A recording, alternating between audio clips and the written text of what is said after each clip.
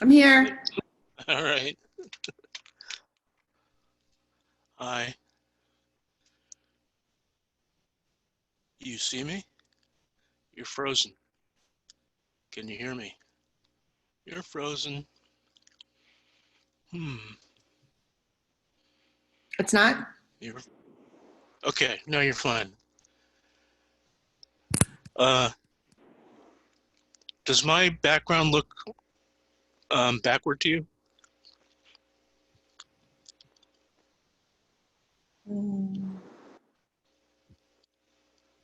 Does your background look backward to you? Yours, no, mine does not because I changed the mirroring setting. Okay. Yours is not backwards, but it looks pixelated, like you're not using the file you sent me. Oh shit. Wait. Oh, yeah, no, it looks pixelated. It's not as clear as mine. Well, that sucks. Wait a minute. Because I am. Let me try this. You use the exact same file that you sent me. That was good. Yep, that was the one I'm using. The one that's on my screen now? No. That one works fine, except for you're sitting right in the middle of it, so you can't really read it. Right. Hold on. Do you want me to send the email back to you that you sent to me? No, With I've the got it file? right here. Let me Oh, try it okay. again. It does look a little pixelated, doesn't it? Mm-hmm. Fuck it. Let's leave it that way. But it's it's not backwards, correct? Okay, cool. All right, let me try my presentation. Do you Okay. see the presentation on the screen yet? No. Okay.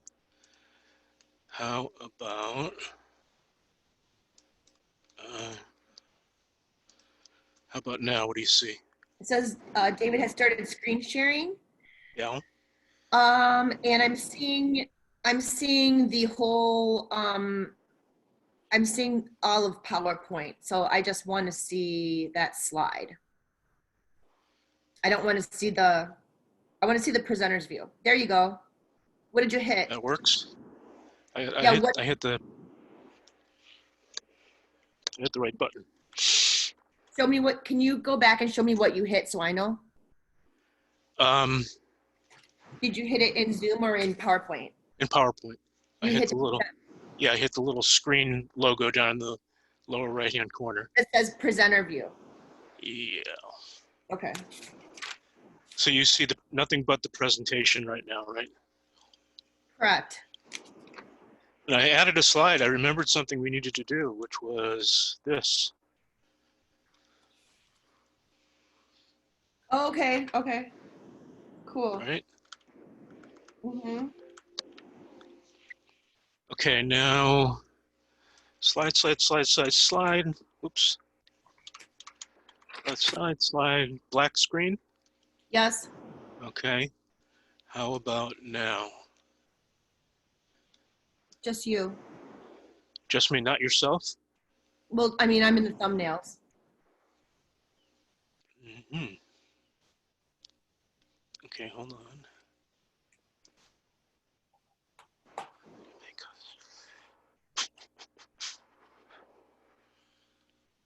Okay, while you look that up, I need to find my glasses. Hold on, sorry. All right, go ahead.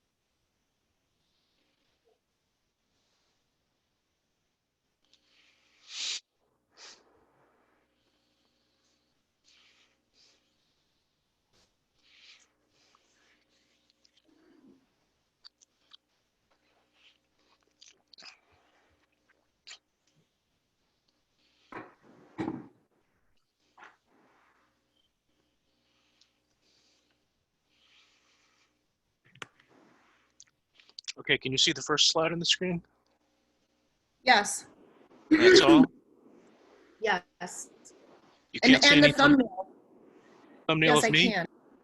Yes, that's good. That's fine. And where it works? Yes. Okay, where does it appear on the screen? Um, on mine, it's on the right-hand side, but it can be, it depends on how the user has it set up. Ah, okay. Oh, right.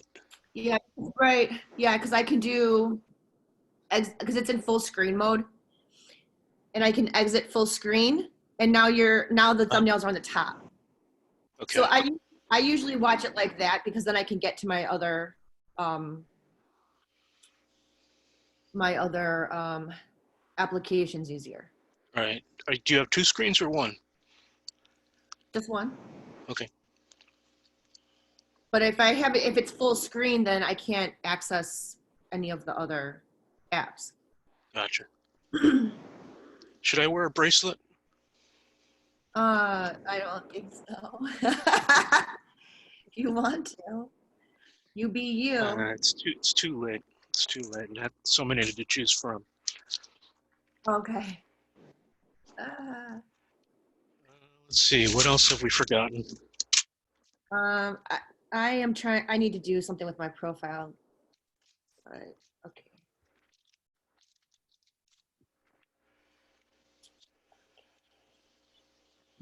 So if I turn, so if I turn off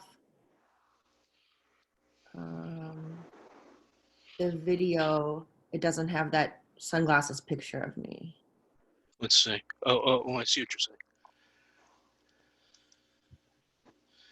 What do you see? Okay. If I turn off my video, you see the logo, right? Actually, I see nothing. You see me? No, I see you with your sunglasses. Oh, okay. Okay, I gotta change it. Oh yeah, yeah. I do see the logo. Yep. Okay. Now you see me. Mm-hmm. Excellent. How about can I try something and see how it Mm-hmm. changes my my face? How about Sure. this? How does that look compared to this? No Looks the different. same. It's the same. I mean, you look pretty pixelated on my screen. Like your face and body and the picture. On mine, I'm pretty clear. Uh-huh. Do I look Interesting. clear to you? Yeah. So I don't know Uh, if it's your camera or I look pretty clear to me. Um, how there's about like, now? I mean, you How look about now? clear, but no, I mean, I look super clear. You look like you're on a video conference. You look less clear. Am I? Is the window with my self in it large or small? It's large. Okay, that could be the reason. Um, wish we had somebody else here. Do you have like enable HD? I didn't turn that on. Let me see. Whoa, Is that better or worse? worse. Oh, it is? Yeah. Oh,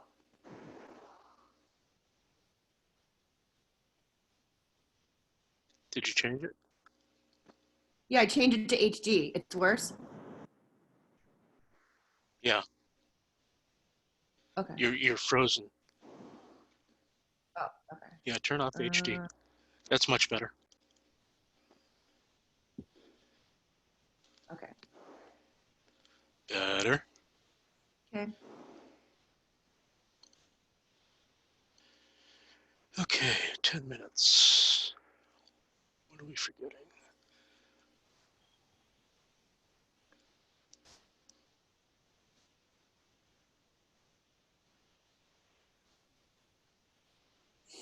Interesting. Did anything change on mine? On mine? I don't think so. How about now? No. How about now?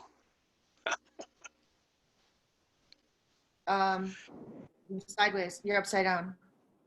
Cool.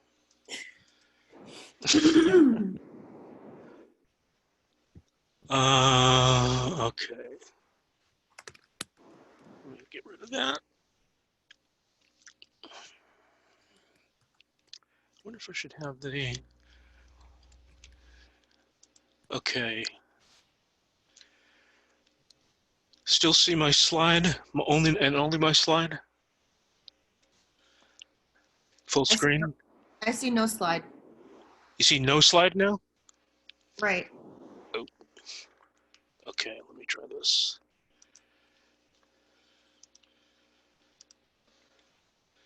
And how about now? Flowers. Shit. How about now? Yes. Just the slide? Yes. And how about up at the top of the screen? Is there any gray area or weirdness? No. Okay.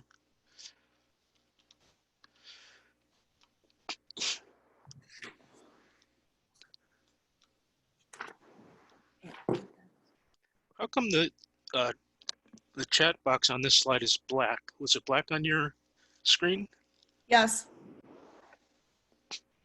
Okay. It's always black with white type. Really? I wonder if Yeah. that's a Mac thing. Mine's white. Oh, maybe it's a personal setting. Could be. And I've seen I have seen a couple settings in there that said default night mode, day mode. Oh, right. I did see it in there. I don't know. And that's the personal user settings. So Right. we don't control that. I have some nitro coffee. What is it? Where Oh, did you make it or buy it? I bought it. They make it You're gonna with be all yeah, it has a really high percentage of caffeine. great. You're gonna be all you're gonna be all jittery and anxious. Well, I can drink one of them. Okay. You don't drink more than one. I already had like 4. Okay, so let's go through this You're first. recording, so you're editing all this out. Yeah. Okay. I'm not a video editor, so. Neither am I. Okay, I'm going to share my screen again. I'm going to share this, and I'm going to start the presentation. Yeah, you can just put that up right now, right? Yeah. Okay. And do you see just the presentation? Yes. Just the slide? Okay. Now Yes. I'm going to go through the slides, and at the very... Huh? How do you know when what? people start logging on? How do you know when people start to log on? I don't, because I can't see the participant link at all. I'm just going to assume. I'm going to go like 1 minute after 11. Where's Mike? Got me. Okay, so at this point, when I go to the last slide, I'm going to say, so welcome again, and I'm going to turn you over to Lisa Ressler. And I'm going to stop sharing my screen. Okay, And so then I should just pop up you should just pop up, yes. when I start talking. Yes. But I should mute myself and take myself off of video while you're speaking.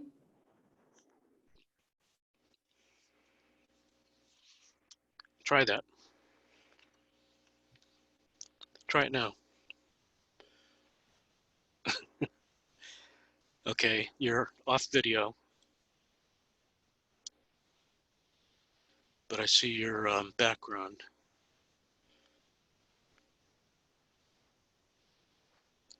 Okay, and you disappeared. Okay, yeah, do that. Okay. And then I can come back on, and then Nava should be logging on then at before 11:05, Yes.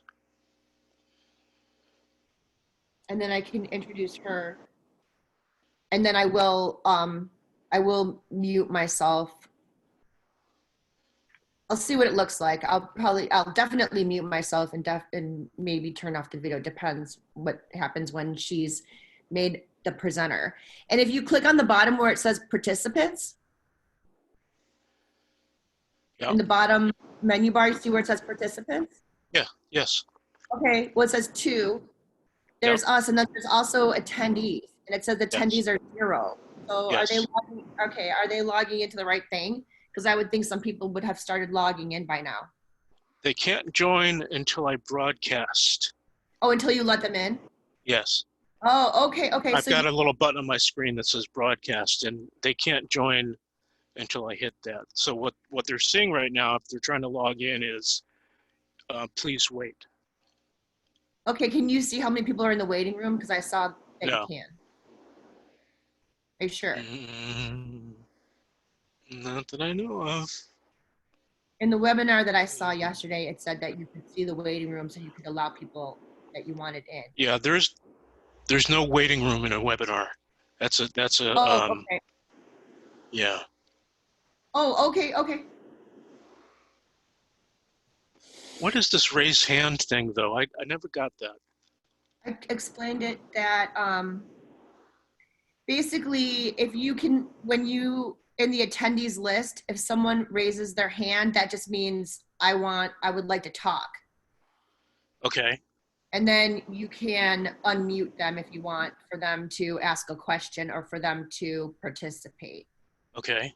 We're not asking them to raise their hand. We're asking them to use the Q&A tool. Gotcha. So we'll be ignoring raise hands. Where would I see raised hands if it was working? Yeah, you have to click on the participants in the bottom to get that side information up. See on the, Oh, yeah. okay, see participants 2. Click on that. It's not doing anything. Maybe the host doesn't see raise hands or something. When you hover over the bottom of the screen, do you see participants chat, share screen, and Q&A? Yeah. Okay, see participants? Yeah. Click on that. I did. Okay, do you see Oh, participants here on comes the Nava. right hand? There's Nava. There's Nava. There's Nava. There's Nava. Hi. Hi. How are Hi. you doing? I am So well. How are happy you? you're I here. am sorry I missed the dry run. That's all right. I had a client call that just ended because Wow. life. Yes. Okay, so you are going to see. Hold on, I'll tell you what you're going to see. I'll show you what you're going to see in a second. And do you need me to run the deck on my end? Yes. On PowerPoint? Mm-hmm. Yes. Okay. Do you want to test that? Sure. Hold on. Okay, Okay. let me just run through this real quick. You're going to see this. This is my intro, Nava. Did it By the just way, hi guys. Hope all is Hi. well. Everything's great. Okay, can you see just my slide on the screen? No. Oh, now How I about can. Now I can. Okay. So I'm going to turn it over to Lisa at this point. I'm going to stop sharing. And Lisa's going to be on screen. She's going to introduce herself, and then she's going to introduce you. So why don't you try sharing your screen right now, your presentation. Yep.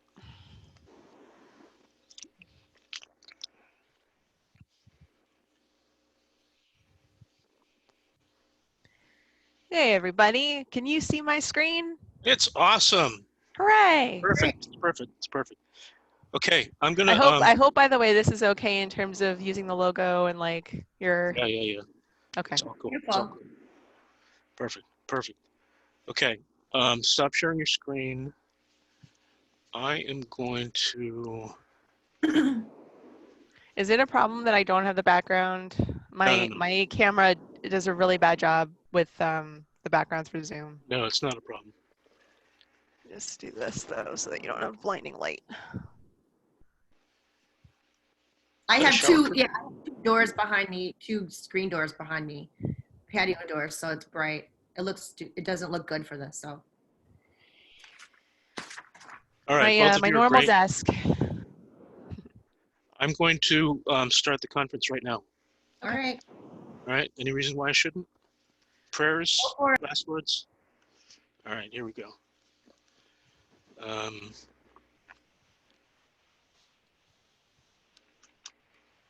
Good morning, everybody. Bonjour, konnichiwa, namaste. I'm David Satola. I am the president of the Paid Search Association, and welcome to the first possibly annual Paid Search Association conference. Let me share my screen here.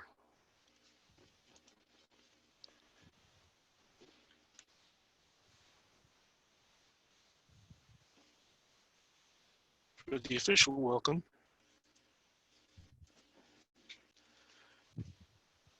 You may see on the screen as well Lisa Ressler, Nava Hopkins, and coming in is Gianpaolo LaRusso and John Lee. But while we're waiting for them, first thing I want to do is thanks to our sponsors, the wonderful companies that have supported the Paid Search Association from long ago. Microsoft Advertising is the big one for us.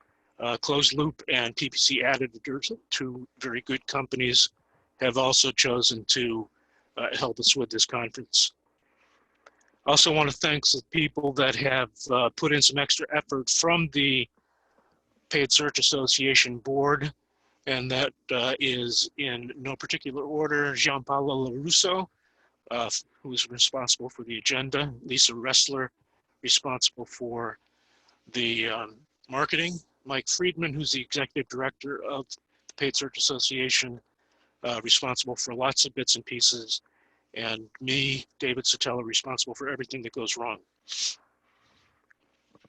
Also, thanks to our speakers today, Nava on the screen, Christy Olson from Microsoft, Claire Sode from Microsoft, John Lee from Microsoft, Matoko Hunt from, she'll introduce herself, Lisa Ressler, and Adam Troll.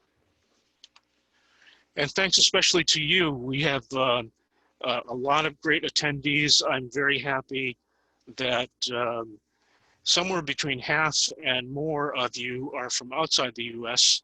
And from the very beginning, we have tried to fashion our activities to be accessible by and appealing to people from outside the US. So we're happy about that. We also want to call out some of the conferences that have been affected by the COVID-19 pandemic and affected in some cases very catastrophically. We encourage you to attend when they reschedule their conferences. HeroConf by Hannepin, SMX Next, which will be a virtual conference taking place in June. And I'm sure Jenny Marvin, one of our board members, when she moderates, will talk about that more. AdWorld Experience, which is Gianpaolo LaRusso's conference in Italy, is rescheduled for later this year, and we'll ask him to talk about that. And last but not least, PubCon, which is missing at least one instantiation, and all of these guys need your support, and we encourage you to do that. Those of you who are not yet members of the Paid Search Association, we would like to encourage you to join. If you use the code that you see on the screen, PSAC20, you can get 20% off the membership effective throughout the 3 days of this conference.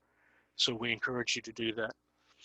And you can find the membership information at the website, which is paidsearch.org.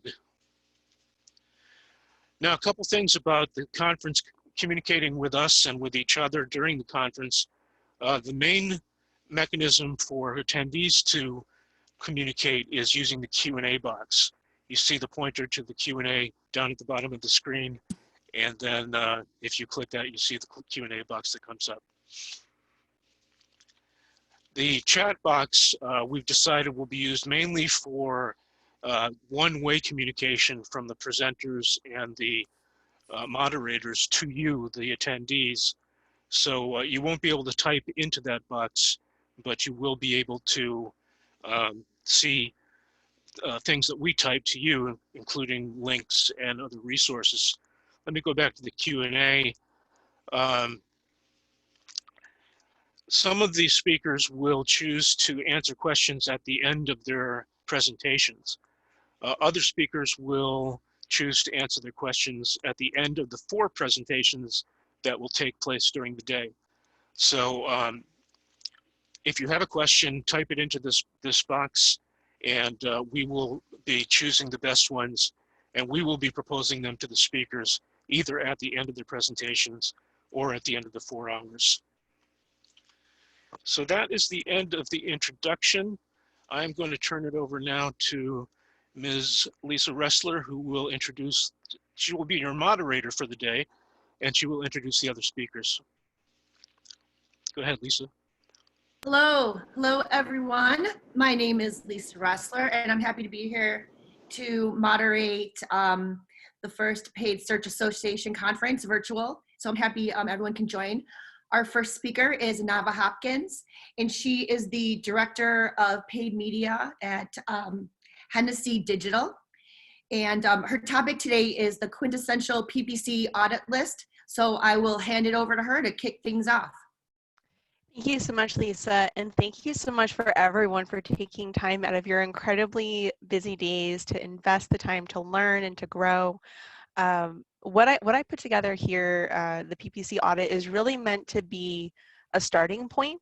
But if you have specific questions or ideas of like, oh man, like I really want to problem solve this, absolutely put them in the Q&A. If we cannot answer it during this dedicated Q&A, the panel is an amazing spot for it. So without any further ado, let's dive in. And it wants to click. There we go. So as Lisa mentioned, my name is Nava Hopkins. I'm the Director of Paid Media at Hennessy Digital. I'm also one of the top 25 PPC experts of 2019. Thankfully made the top 50 for this year, along with many of my fellow board members and even some folks that are in the audience, I noticed. So really thank you for everyone that shares, that learns. What we'll be going over is my guiding metrics when I'm looking at an account. Whether it's spending $1,000 a month or $100,000 a month, there are certain central metrics that are really, really pivotal. I also want to go over when to act and when to watch. It can be really, really difficult to hold yourself back from actually hurting your account by saying like, I want to fix this, I want to fix it, I want to fix it. But you know what? Sometimes you can actually do more harm than good if you act prematurely. So we'll go over a few ideas there. And then finally, just some hidden settings that can kind of sabotage an account. You've done everything right, but you know what? Just that search partners was on, or oh my God, I've automatically created some ads. So just wanted to go over a couple of those. Shout out to the Microsoft folks that are on the line now and on the panel. Many of what I'm going to talk about does correlate and cross over to Microsoft. I will admit my screenshots are all Google. So if there are specific things that we want to talk through in the audit Q&A that are Microsoft specific, happy to answer them. But I do need to give the disclaimer, this is a Google only screenshot. So I'm sorry, I love Microsoft. Microsoft is amazing. So those guiding metrics. Impression share is my #1 guiding metric. One of the data sets I put together while I was at WordStream looked at where do most folks lose their impression share. And what was really fascinating to me is that most folks lose that impression share, or of all available impressions, how many are you getting, due to rank, not budget, which means that there are structural issues getting in the way of our profit.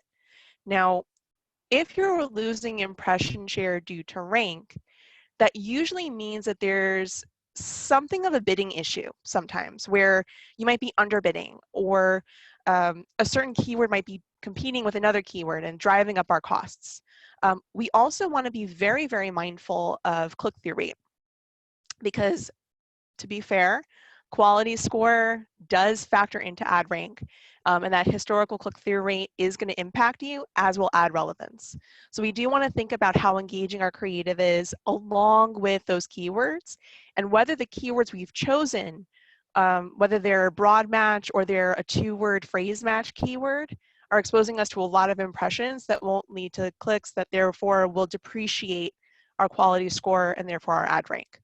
I also do want to point out, keyword relevance does allow for those close variants. So when you're creating your ad copy, don't feel like you have to be a robot.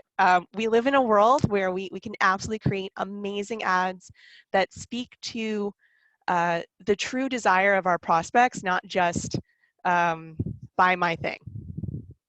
Now, when you're losing impression share due to budget, it's a little bit different. There is a degree where the ad networks are peer pressuring us to invest more in something that's winning for us to their eyes, i.e. the conversion actions you've set are coming through, and therefore they're saying invest more, you'll get more money out of it. But another, a little bit more insidious reason to lose impression share due to budget is that the keywords that you may have chosen, or the targets you may have chosen if we're doing any other initiative, is going to not fit enough clicks in the day that you can actually make enough money. So my golden rule, because non-branded search, a 10% conversion rate is actually really, really good. If you cannot fit at least 10 clicks in your day, you are setting yourself up just by the numbers to not get enough value out of your campaign. So you do want to be mindful of that. So impression share, to sum up, is really your market's potential. So if you are seeing that you have a fairly conservative budget, but you have 90% impression share and you're getting not a lot of traffic, that could be a sign that we need to do some top of funnel marketing to create interest, to create that volume, to create that market. If you're seeing that you have itty bitty impression share, but you're getting a lot of clicks, a lot of impressions, that's a sign that, hey, let's troubleshoot this account so that we can get the full potential of our prospects. So the next bit of auditing is, why is my ad not showing? And when ad networks tell us that it's not showing, but they can't say why, it is the most infuriating thing in the world. You'll like keep hitting test again, test again, test again. I boiled down the most common ones, but if you have specific questions that you'd like us to troubleshoot, absolutely put them in the Q&A. So number one, if you're losing it due to rank, most common culprits are going to be underbidding or quality score. A lot of times, based off of match type or based off of syntax, there will be different auction prices for different keywords. So even if the ad is showing, whatever you've set as your bidding strategy or whatever you've set as your bid, unfortunately, the ad's not serving on that first page, therefore you're not going to get what you need. The other piece to think about, though, is that quality score. Now, granted, so long as you have at least a quality score of 5, you are probably fine.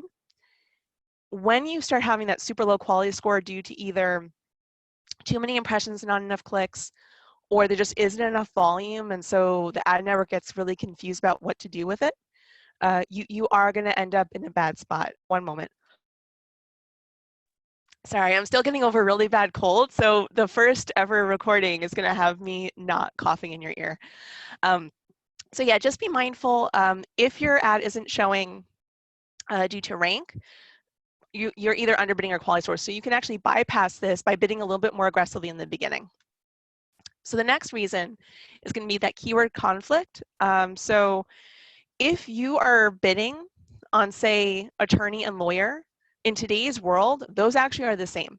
So you could have one version serving and another isn't. So it'll say under one, your ad isn't showing, but then on the other, it can. Now, one thing I will throw out there as a very distinct thing in Google versus Microsoft, and the Microsoft folks, feel free to correct me. I've actually found that where on Google, I will run multiple match types. On Microsoft, I'll pick the one that I think will serve best, because I find that the match type duplicates really do catch budget spending on Microsoft, where on Google you can sometimes get away with it. So where on Google, tiered bidding or having slightly different bids per different match type or running phrase and exact and mod broad, on Microsoft ads, I'll typically run just a single match type because I find that's an easier way to ensure that the ad network will put the budget where I want and I won't run into this issue. I am starting to see more and more of that on the Google side, so it's possible Google's taking a leaf out of Microsoft's book, but that is just something to bear in mind. The other thing just to think about when you're bidding against yourself, you do not want to drive up your costs. And if you have a keyword that is on a less restrictive match type, it is very, very possible that it will steal that traffic and then again have lower click-through rate because it has more impressions. It's a bad time. So we just want to be careful there. And then finally, if an ad isn't showing due to schedule, due to targets, that's okay because you probably made all the right choices to protect your budget and have your ad serve at the dedicated time. So we don't want to have a panic party every single time our ad isn't showing. Sometimes it's a good thing, but you do want to check and make sure that the schedule that you set is what you actually intend, that the audience targets you set is actually what you intend, so on and so forth. Now, this is one of my favorite ways to get at the quality of my metrics, not just the kind of data, but the story behind it. So when we're looking at click-through rate in relation to conversion rate, we're actually able to see not just how good are our ads, but also how good are our landing pages. What is our conversion experience like? So if we have a high click-through rate and a low conversion rate, that usually means that our landing page and our search terms are in dire need of an audit. Whether the search terms are pulling in traffic that is valuable, but we're sending it to the wrong page, or whether it's not quite right, our ads are not usually the issue here because we've done a beautiful job of getting the right folks. Sometimes though, what you'll see in the search terms report is that you're getting a lot of less qualified but volume folks. So your ad is really good at getting them because you've done a beautiful job with the ad, but they haven't yet done enough research to be a good paid traffic, paid search prospect. You want them to do a little bit more reading before they actually click on your ad. So definitely think about what match types you have your keywords on, looking at the search terms, but of course also that landing page experience and applying really good CRO tactics. And if we could have a whole conference about CRO. So if there are questions, put them in the Q&A. Otherwise, we'll move on. Now, if there is a low click-through rate and a high conversion rate, we do want to audit our keyword match types. It is so important. So one of the most common kind of budget busters, performance busters I'll see in an account is a 2-word keyword on phrase match. And people get very frustrated because this is on phrase match, like this is supposed to be more protective. Well, a 2-word term is still very, very broad. We can apply hundreds of different things. So if you have the keyword Mother's Day on phrase match, yes, you're gonna be in it to potentially get that like guilt buying last minute purchase or like or because you planned ahead. But you're also going up against every other thing that could be attached to Mother's Day, whether it's a card, flowers, chocolates, a teddy bear, a trip, whatever. So we just want to be really, really careful about the kind of keywords we've chosen and the match types we've chosen. Now, if there's a low click-through rate and a low conversion rate and life is just terrible all around, I like to focus on the keywords and targets first and then look to the ads and the landing page. And here's why. Once we've gotten our traffic optimized and we really are confident in the quality of our traffic, we then can really distill down what kind of conversion rate experiences are right for them versus not. If you're troubleshooting your landing pages and your conversion rate optimization on that, but the traffic is still terrible, you'll have no way of knowing whether your landing page actually served you well. So we really do want to be careful there. But once you've figured out the keyword structure, the search traffic quality, you then will be able to make intelligent, informed decisions on your landing pages. So when to act versus when to watch. It can be very, very tempting to pounce into action, but we want to be careful. As a disclaimer, new campaigns on the search side take about 2 to 6 weeks to ramp up depending on spend. The more you're willing to invest in the beginning, the shorter the time frame, the smaller the budget, just because it's the fuel for the ad networks, the longer it will take to ramp up. But 2 to 6 weeks is about the time frame. Ad networks will tell you 5 days. I'm telling you 2 to 6 weeks because you want to make sure that you cushion yourself against clients saying 5 days, where are my leads? So if you're seeing wasteful search terms, you need to act. You need to add those as negatives. And it's important to note that when you add negatives, you adding them does not account for every variant. So I like to use tools like keywords.io that will have the variant that I used to use for finding variants for keywords I would target to actually get all the variants, misspellings for negatives to protect my traffic. Typically, it's nice to have them in a list so that you can apply them to multiple campaigns, particularly if they're fully wasteful. However, it can be useful to kind of shape traffic, direct budget, and have those ad group level individual negatives. If you're seeing interesting and converting terms, I'd actually caution you to wait. And here's why. A brand new keyword is still going to take time to ramp up. And if you have a brilliant keyword concept that you add into an ad group with a high converting keyword that caused it, that keyword is still going to get access to the traffic, access to the budget before that high converting term. What you should do, however, is tell your SEO team, your social team, hey, build content around this term. Because wow, this converted for me, the traffic looks great.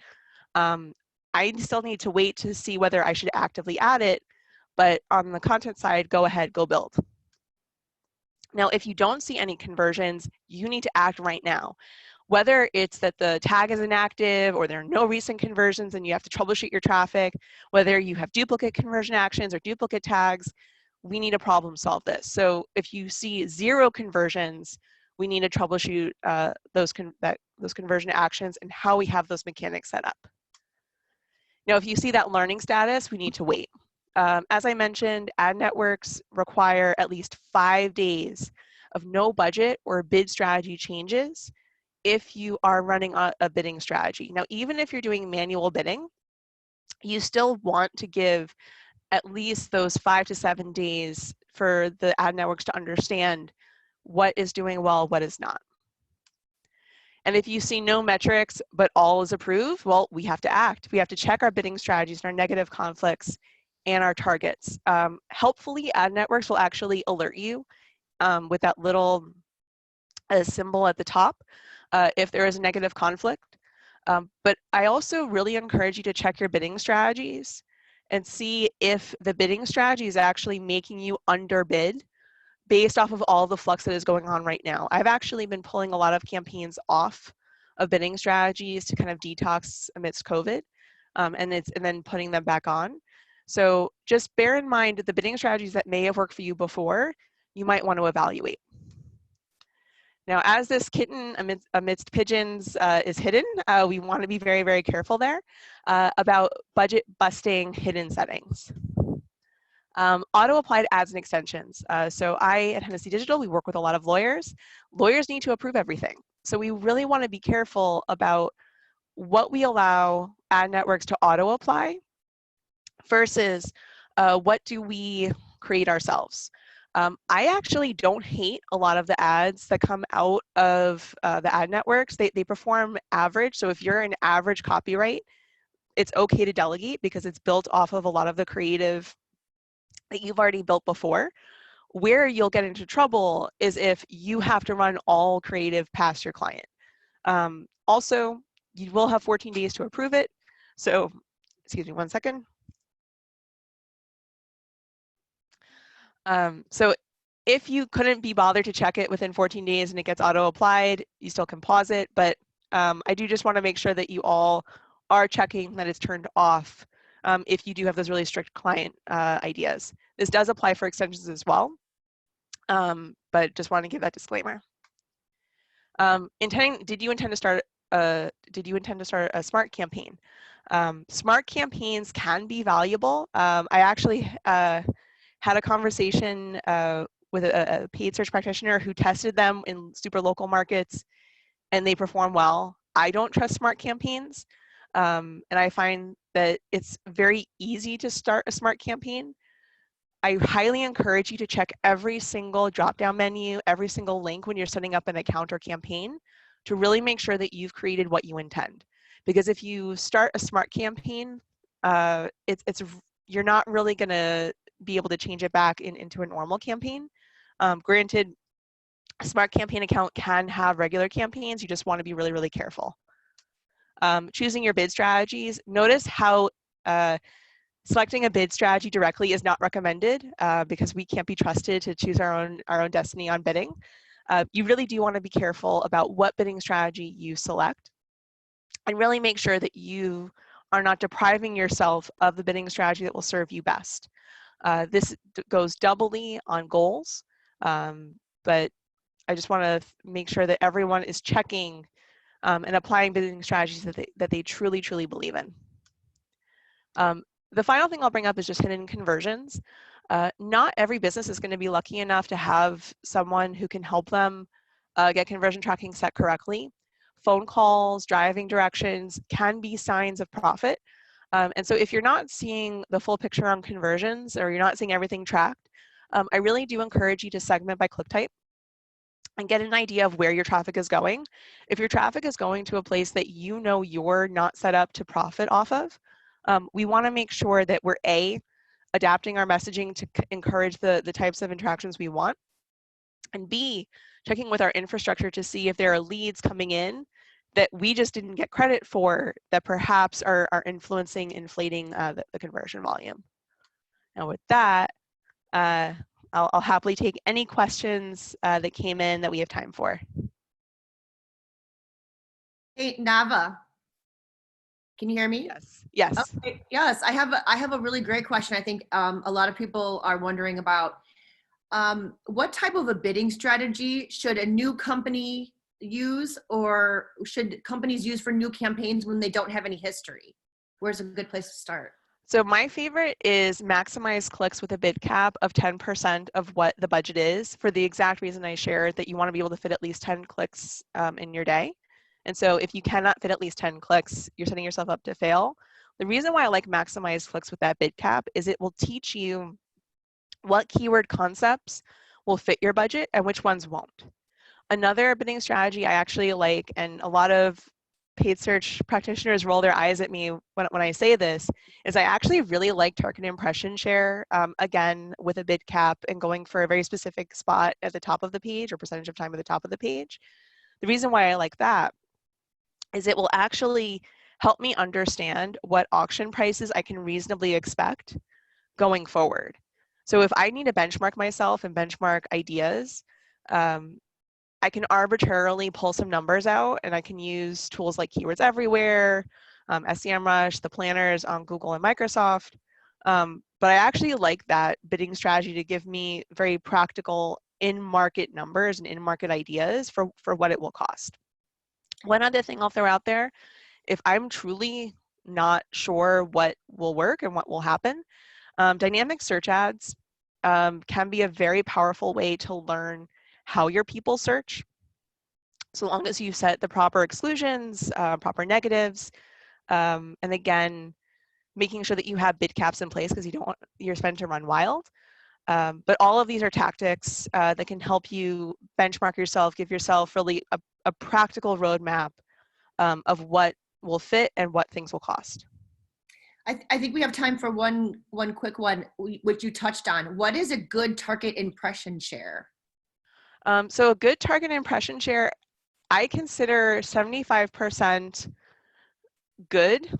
I consider 90% for branded good. In terms of top of page, I like to be top of page, not absolute top, but top of page at least 60% of the time. For branded, obviously, I want that 100% of the time, and absolute top at least 90% of the time. But for non-branded, I think if you can have at least 75% impression share, you've done a good job of mapping out what ideas fit, capturing the market, setting the settings appropriately, but also being practical to your bottom line. Because you don't have to be the big gorilla in the market. You just need to get the money in the market. So it depends on your boss, your client, what their directives are, but those are the metrics I would set.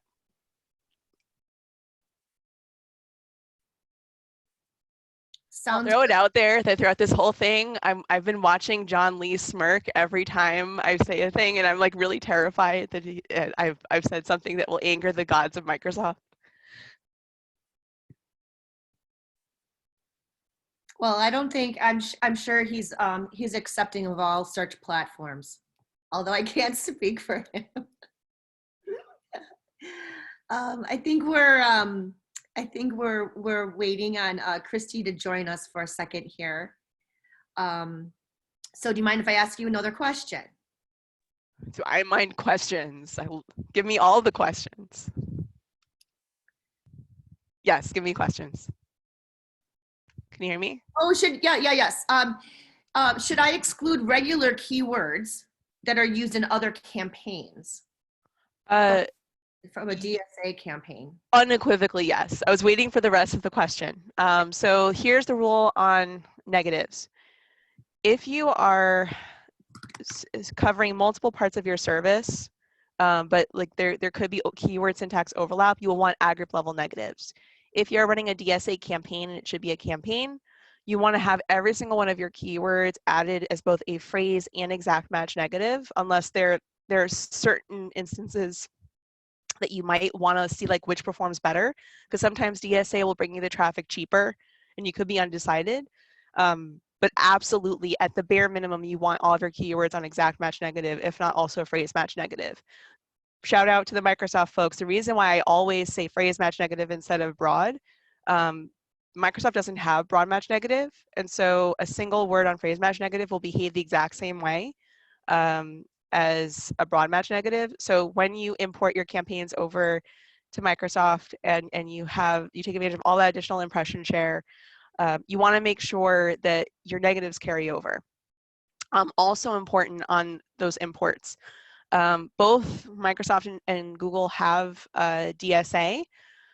You will want to make sure that they are separate. Once a campaign is made DSA, it cannot be undone. Even though there are settings that claim that you can undo it, that they're lies. I know this because I've had to troubleshoot this, and we end up having to create a brand new campaign.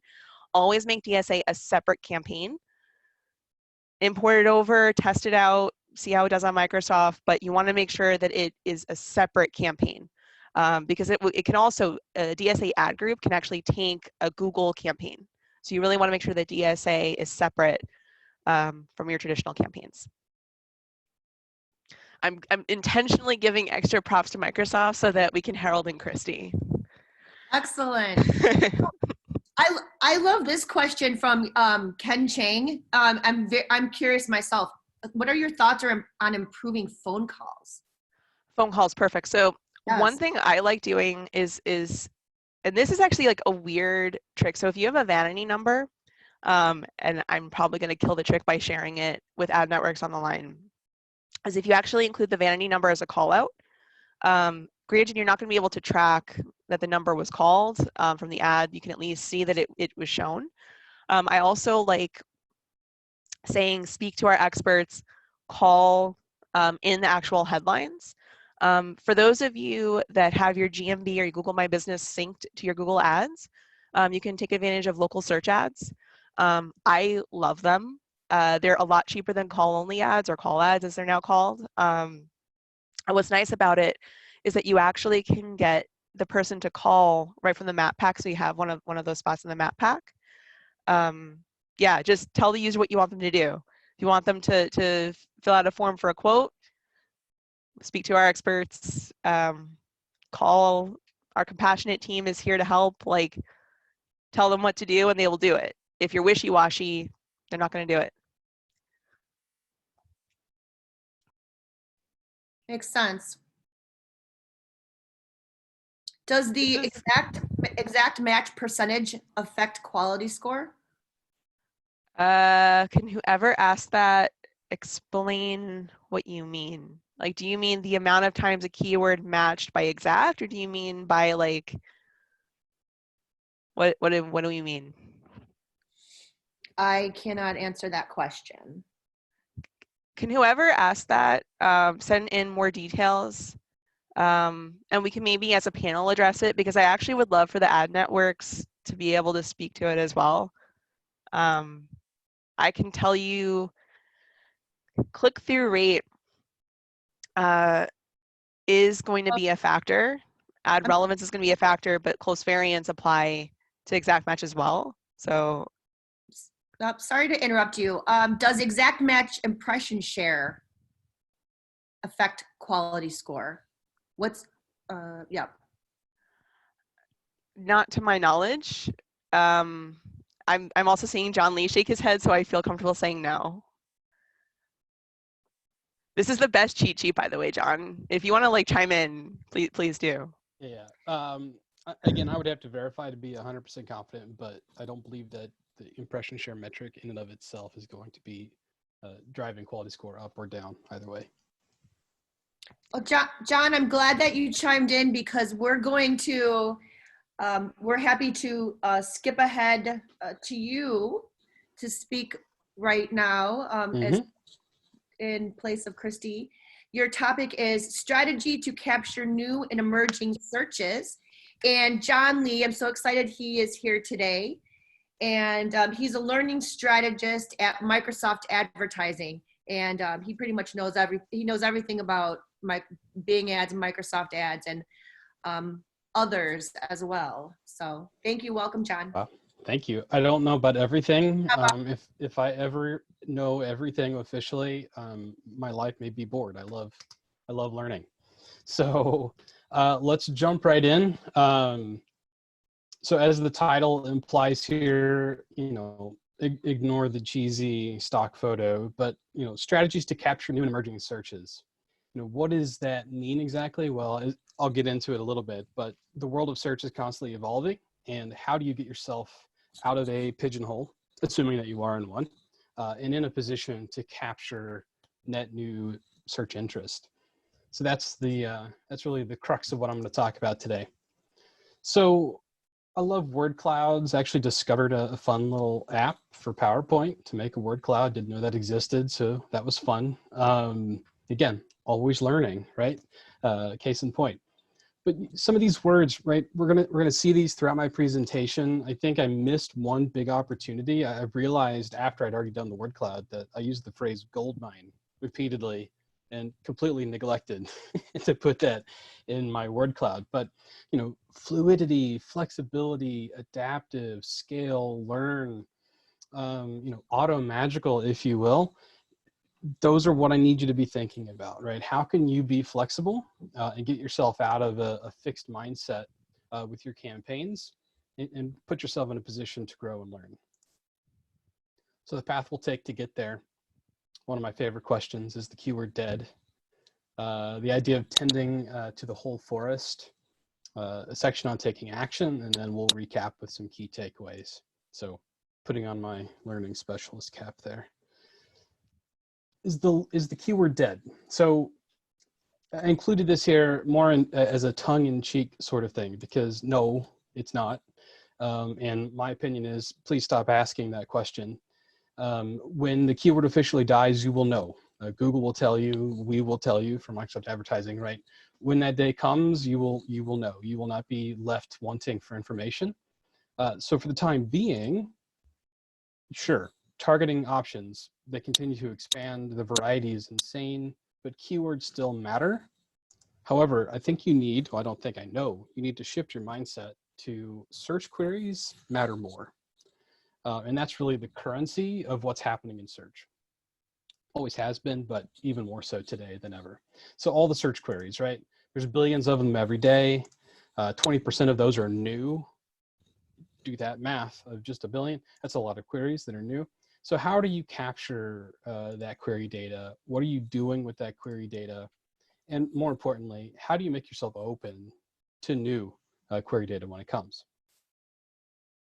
So we'll start this this thought process, in the idea of don't get lost in your own walled garden, and instead tend to the whole forest. So what do I mean by that? Well, if you look at this handy little chart that I made, a lot of us as digital advertisers, as PPC folk, spend a lot of our time on the targeting and the ad experience, as we should, right? There's a lot to do there. You know, some of us, particularly from a CRO or conversion rate optimization perspective, have spent some time on the landing page side. Some of us have even done SEO. It's been a little while. I've been there, done that. Probably have forgotten more than I ever learned. But again, we tend to skew towards the right side of this particular chart. But should we? So what I mean by the idea of the forest versus your garden, what I mean is you need to be looking at what's happening with on-page content. When we think about shopping feeds or other types of data feeds, of course, dynamic search ads, that's right there in the middle for a reason. We'll come back to that. Ad customizers, what's happening with responsive search ads. So this will give you a bit of an idea of the delicate dance we're going to have here over the next few minutes. So success for us as PPC focused digital advertisers is to consider that entire ecosystem. You cannot get away with hiding in the ad platforms and spending all of your time there. If you do, you're doomed to fail. Again, that's my perspective. You know, be consultative when it comes to content. Don't be shy to say, hey, client, or hey, boss, I see that we've got these wonderful isolated landing pages, but it's not enough, right? We need more. We need more content, and here's why. And hopefully my next few slides will give you the ammunition to do just that. And as I pointed out, you know, conversion rate optimization, not a new topic. I know a lot of us have spent a lot of time, maybe even money in that space. That's not enough. Yes, it's important for sure, but we've also need to be consultative around theme, the actual words on the page. All of that comes together. So when we think about taking action, let's consider content first. So of course that lives here on the left side of this. So content strategy. So the way I look at it is content with a search query conscious, right? So you want to be thinking about how can I create new content, or, you know, work with my partners, my client, et cetera, to create new content. In the back of my mind, I'm thinking search queries, but that shouldn't necessarily be the only thing you're worried about. This is a great opportunity, right, for PPC SEO teams where they are separate to be working together in harmony. There's so much magic that can happen when that takes place, and they absolutely should. But think about just the depth, the variety of content. Think about, you know, is my content, you know, whether it's a blog or standalone pages, is there an industry or vertical frame of reference, right? Think about the long haul. If I create a piece of content that's referencing my industry, what does that mean? Well, potentially means, and we'll get to this, like with the DSA side or dynamic search ads, that I can start to match to queries that fall within my industry and vertical. Clearly defined product and service details. That's kind of a no-brainer, but certainly should be there, right? Don't blog for the sake of blogging. Make sure that a blog article ties back into what it is you're selling. And, you know, timeliness and accuracy matters. Using an editorial calendar, and there's a lot. This is probably one of the most loaded bullet points in my entire deck here. In that, what I'm getting at is think seasonality. Think you know, topics of the day that people are worried about potentially searching about. So be timely in that case, but think ahead also when it comes to seasonality. And how can you get content out there that will help you match to queries that are tied to, say, Memorial Day, right? Or 4th of July, or whatever the, you know, I've been seeing all kinds of memes, right? We're all, you know, in quarantine, stuck at home. We've missed some holidays. We may miss a few more. I've been seeing a lot of memes around. We're going to have like the epic holiday at some point later this year, hopefully, that celebrates all of them at once. That'll be crazy. I'm sure we can all agree on that. But at the end of the day, regardless of what that content is, making sure that there's a clear call to action. So think of, okay, I'm not going to create what I would call a classic, you know, PPC landing page where, you know, it's super tight, lots of white space. I'm guiding somebody to my call to action. No, I'm thinking like actual content, meaty content that people can read and that a search bot can read and extrapolate some data, but it still should have a call to action. What should that person do? So this takes us to dynamic search ads, and dynamic search ads are awesome. If you didn't know this already, I know Neva called them out in her presentation earlier, but dynamic search ads are the reason my presentation exists today, because they live in this magical spot between all of this activity, content, targeting, ad experience. It is all of that and then some tied up in a neat bow. So that's why I'm going to talk about it. So it's that sweet spot to catch emerging searches, emerging queries. So it's the content, it's the targeting, it's the ad experience, it's a gold mine. There it is. That's the first instance. You're going to see that phrase pop up again, I promise. And what's really cool here is that by design, dynamic search ads adapt to changes in search trends, right? That's really what it's for. So as your potential audience, thinks of completely new ways of searching for your service, DSA likely is going to be there if you've put in the work, right, from a content perspective. So this is a great summary. I know this is being recorded. I'm not going to go through every point here, but suffice to say that the quick summary of dynamic search ads, it's a way to say, hey, Google, hey, Microsoft, here's my website, or here's a bundle of websites, or here's a page on my website. Look at that. And then here is the body of an ad. I would like you to match my page or pages and this ad to potential search queries, throw in a dynamic headline and serve that ad to that person to make a really relevant, tight experience. That's DSA in a nutshell. A little more complicated than that, but that explanation will have to suffice for today. And how do we get there? It's called an auto target. So again, it's not a keyword, right? We're not dealing in keywords here. We're dealing in auto targets. So URL contains product. We can also add them as exclusions, right? And so it uses a lot of the logic from our experience of keywords, but changes it considerably.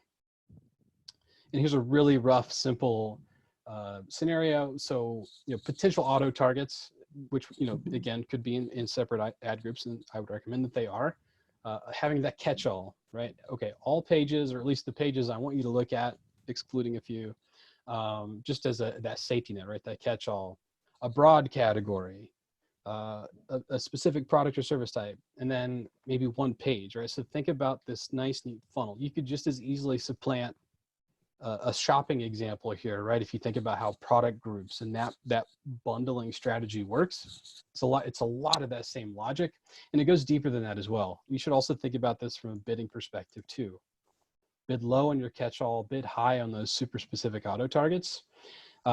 Flex in between as needed, but that's a really good rule of thumb to get yourself started. So this magic sauce, and getting back to this idea of capturing emerging searches, you let that bad boy run, accumulate data, and then look at those search queries. What's popping for you? What's converting? What are you seeing in them? You're like, oh my God, I never even thought about that phrase being relevant to my business. And you know what? Not only are they searching that in volume, but they're converting on that as well. That is really magical stuff right there. But a lot of this too is finding those negatives, right? It's like, wow, okay, I see how I'm matched to that. I understand thematically, or even based on the words that are on my website, why I matched to that query. But you know what? That's trash. Let's add that as a negative. Rinse and repeat, right? And there's some really interesting connectivities here too. So going back to that whole PPC, SEO working together in harmony, because you're using your website content to match to a query, and also seeing what Google, what Microsoft are pulling in as that headline to serve in an ad, there's a lot of interesting data here to say, okay, have I optimized this content properly for SEO? Yes, no, maybe. So again, the work here can go many, many miles for you in your overall online marketing strategy. And then as fate would have it, yesterday, Ricardo here, Trafric, really cool Twitter handle, by the way. Trafric on Twitter basically made my point for me. So grabbing winning search terms with significant volume from a DSA campaign and putting them into their own ad group or in a new campaign after blocking them in my DSA campaign has got to be one of the most underrated Google ad strategies. And I would say further, Microsoft advertising as well. Wink, wink, nudge, nudge. So I'll blast through the second half of this. Really, DSA was kind of the big anchor point here. But I really would stress for you all to think through what's happening with your shopping feeds and keywords and audiences. And I'm not going to go too deep into either one of these. I think they would be worthwhile sessions of much greater length than 20 minutes of their own. But worth calling out shopping feeds, because honestly, that's like the OG, the original automagical content-based targeting device. I see it as a bit separate, right? Because you can completely and totally modify that feed separate from your website, right? Which gives you a much greater level of control versus a DSA. But again, it's a goldmine. Again, by design, adapts to changes in search terms. So worth calling out. And then keywords and audiences, again, goldmine. Worth calling out broad match and BMM, broad match modifier. Again, tremendous opportunity for experimentation and putting yourself out there in a meaningful way. But it's when you add that layer of audience that gives you some of that control, right? To say, okay, yes, I want to put this broad match term out into the world, but only if they've been to my site or only if they belong to this in-market audience. So food for thought, not going to go too deep there. Now, ad experience. There's a couple of really cool things I want to call out here. First is ad customizers and then responsive search ads. So ad customizers, in my mind, really bridge the gap between targeting and ad experience. And in the context of getting in front of emerging trends in search queries, thinking through, okay, I want to be both receptive and relevant to queries containing location names, right? So amazing tacos in Louisville, Kentucky, right? That's an amazing search, but I may not want to like have such crazy isolated, ad group strategy where I've got the keyword specifically for amazing tacos in Louisville, Kentucky, right? That's a lot of work, particularly if it's a brand new campaign. So how can I think through that, right? To get ahead of those queries and learn a bit more. What about, again, expanding reach with broad match and audiences? Or, hey, I want to flex because I've got frequent promotional changes and I don't want to constantly be uploading new ads. That's where ad customizers comes into play. So being able to swap out copy in your ad, to insert location name, to say, okay, if it's this keyword and this audience, serve this ad message. There's some really powerful things here that can allow you to bridge that gap between those two. So, okay, I want to be open and receptive and learn what's coming at me from a search query perspective, but at the same time, still delivering an amazing ad that's super relevant to that end user. Ton of control here available to you.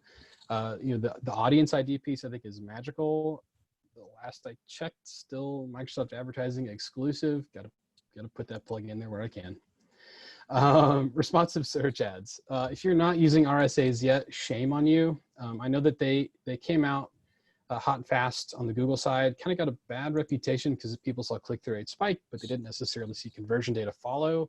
That story, I think, is still evolving. We see things very differently on the Microsoft side, and I'll get to that in a second. So for those that aren't in the know yet, responsive search ads, you're going to put in up to 15 headlines, up to 4 descriptions, and then bibbidi bobbidi boop. Potential of up to 32,000 potential ad permutations out of that mix, meaning that the right message at the right time is going to get served for your set of keywords. It's really amazing stuff. And they're working in surprising ways. So again, this is Microsoft Advertising data. When RSAs are running with expanded text ads in a given ad group, we are seeing a 16% increase in impression volume. I got a refresh of this data last week.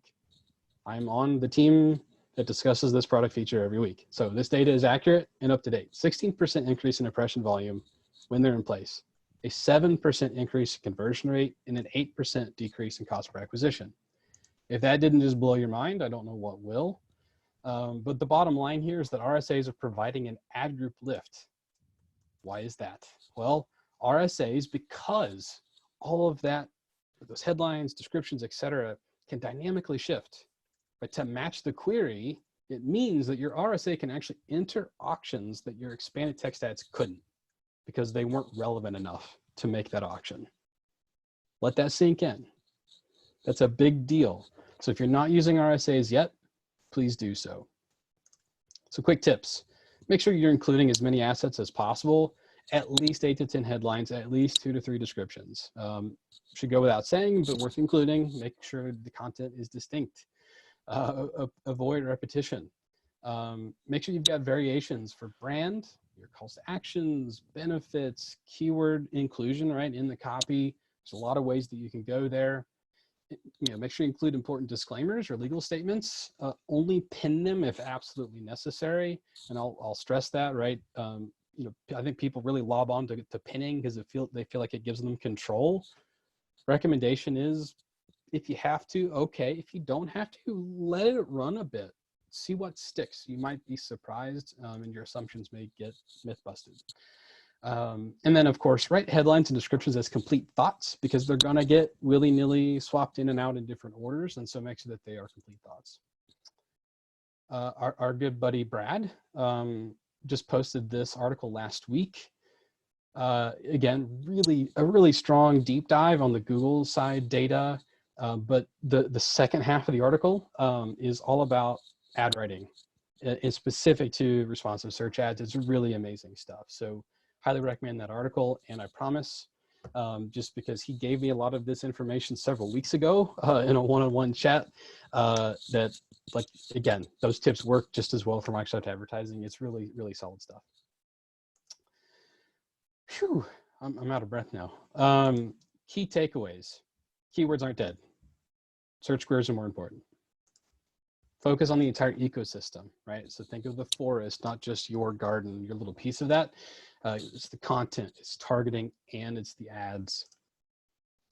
The DSA, dynamic search ads, really magical thing. It's a sweet spot that allows you to leverage that entire ecosystem to great effect. And, you know, really a lasting thought here is be receptive to new queries and still serve relevant ads by leveraging ad customizers and RSAs. So with that, I will take a breather and maybe even a sip of coffee and look to Lisa to see if we've got any questions. We do have some questions, and I love them. I love taking questions that I am very curious about. Okay. Now you got me worried. Uh-oh. I know. Mike Crimmins wants to know, when is the right time to add DSA with a newish account? So my answer may sound like wishy-washy publisher side nonsense, but it's not. So this comes from a guy that's been in this industry for a very long time. I would say that there's no wrong time to start DSA. And if you have a brand new account, brand new campaigns, you're going in with working assumptions. I've done my keyword research. This is my proposed campaign structure for core search. Great.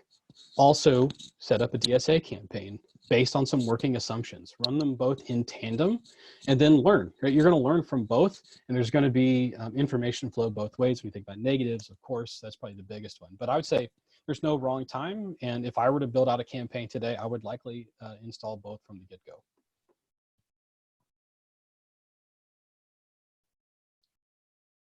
Okay, this is a long question from Matt Caldwell.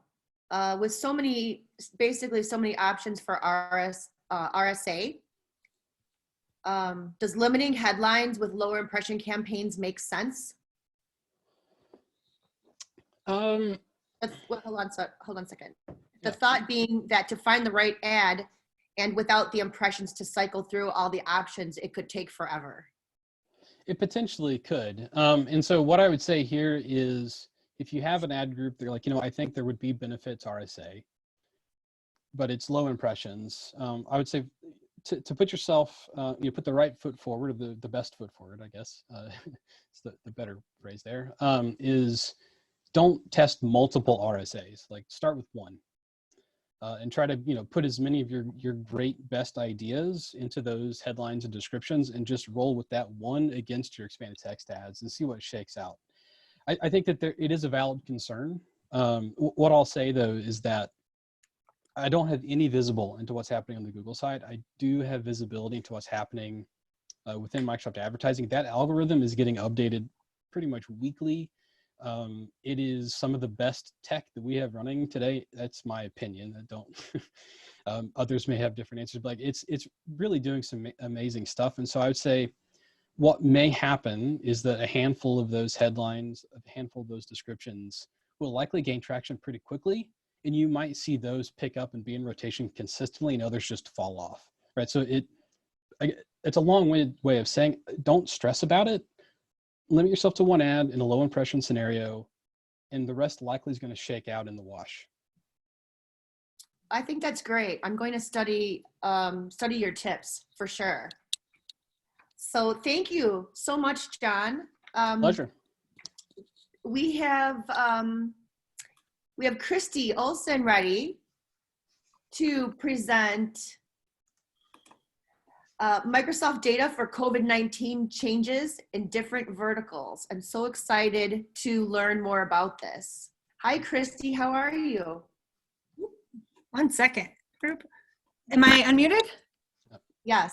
Okay, perfect. I never know. Perfect. So let me start sharing my screen. Can you guys see it? Because once I hit the button to go, I can't see anything. We see it. Okay, great. Well, thank you for joining us.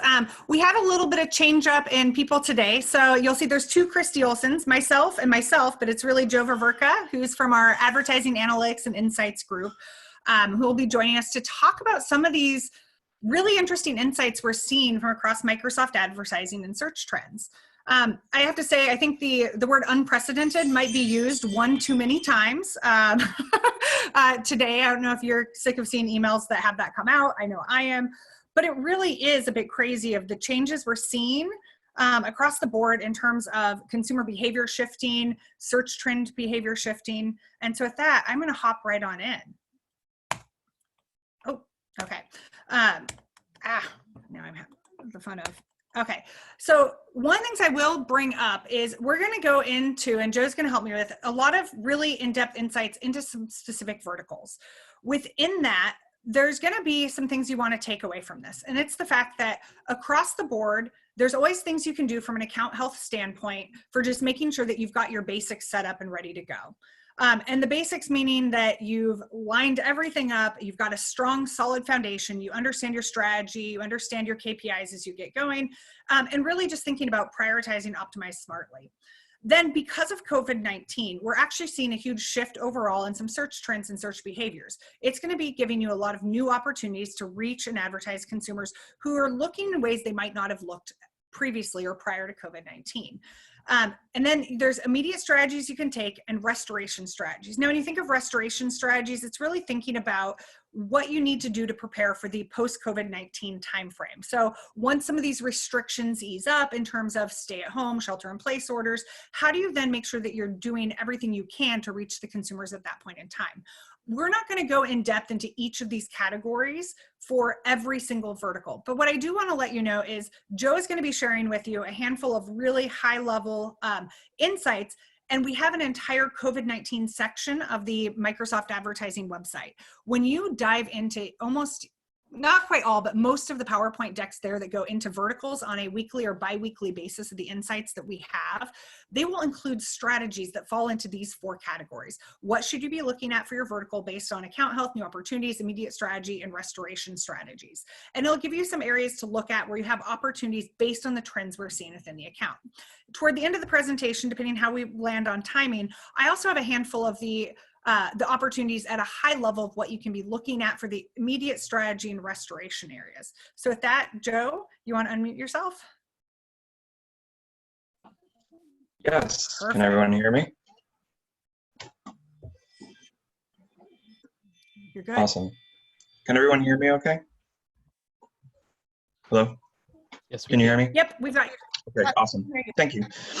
Yeah, so let me take it away. Thanks for the introduction, Christy, and I'm excited to be here, and Microsoft Advertising is very excited to come talk to you today about this time that we're trying to navigate very specifically. And what we really loved about this opportunity to come speak to you today is this really gives us the opportunity to really embrace the mission of the Analytics and Insight Group here at Microsoft Advertising. For those of you who have worked with our team of analysts before and some of our program managers like myself, we really try hard to encompass this vision of bringing you not only innovative analytics, but trying to provide the most trusted resource for you that's agnostic, that's objective, and really provides you with new strategies to navigate not only this time, but as you've been working with us over the last couple of years to really unpack what's going on with your consumers and understanding from an insights perspective how that can be helpful.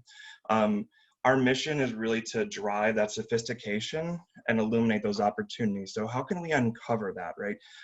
These are words that really mean and we take to heart because our personal ethos is really how do we drive this type of insightful analytics to help you drive your business so that you can reach your consumers in new and profound ways, and also make sure that your brand is in the position that you want it to be with your consumers. So moving forward, we just wanted to kind of take a moment to kind of unpack. I'm going to go through some of the deeper insights that we have today, but we wanted to let you know that on our Microsoft Advertising blog, we have a variety of insights that are being curated by multiple members of both our team and the team that Christy's part of, our marketing team as well. You can find that categorized by industry, and through that, the blog is a really good wealth of resource. In addition to the actual PDFs and consumer insights that we're putting together in these PowerPoints, there's also context to unpack it, which I think is really interesting and helpful, because sometimes the trend lines and all that, they can seem overwhelming, especially when you're, if you're at an agency and you're working on multiple different types of advertisers and brands. So we try to help you unpack that. Nikki Damar and John Cosley are two of our authors who have been trying to provide context across a variety of industries for you. And they're really curating a lot of the things that our analysts are doing and going to market with multiple customers, as well as what we're doing from a vertical agnostic perspective to really start unpacking what's going on with the pandemic and how we can move forward. So with that, this is the link that you can go to if you're interested in seeing more granular insights by industry. And I'm going to start trying to work you through a lot of the high level takeaways. So right now, we're getting into this place with COVID where we've had this closed economy for multiple months now and ongoing for weeks. And we're now going to start seeing different areas reopen. And with that comes increased activity from new queries and understanding what the new normal would look like. So moving forward from there, we wanted to kind of encapsulate some larger takeaways. So there are verticals that are what we're categorizing as on the rise. Many of you are probably changing your behavior with food and groceries, as well as home and garden. It's starting to be nice weather. There's still some of those innate human behaviors that are super important for us to stay cognizant of. Some of that stuff is not going to change. It's the way in which we're doing it. And then we're just coming out of Mother's Day, going into Father's Day. So there's still this idea of how do you connect. I ordered flowers for my wife and my mother just recently for Mother's Day. It's still a really, really important part of the gift giving and connecting with folks. And then we're seeing verticals on decline.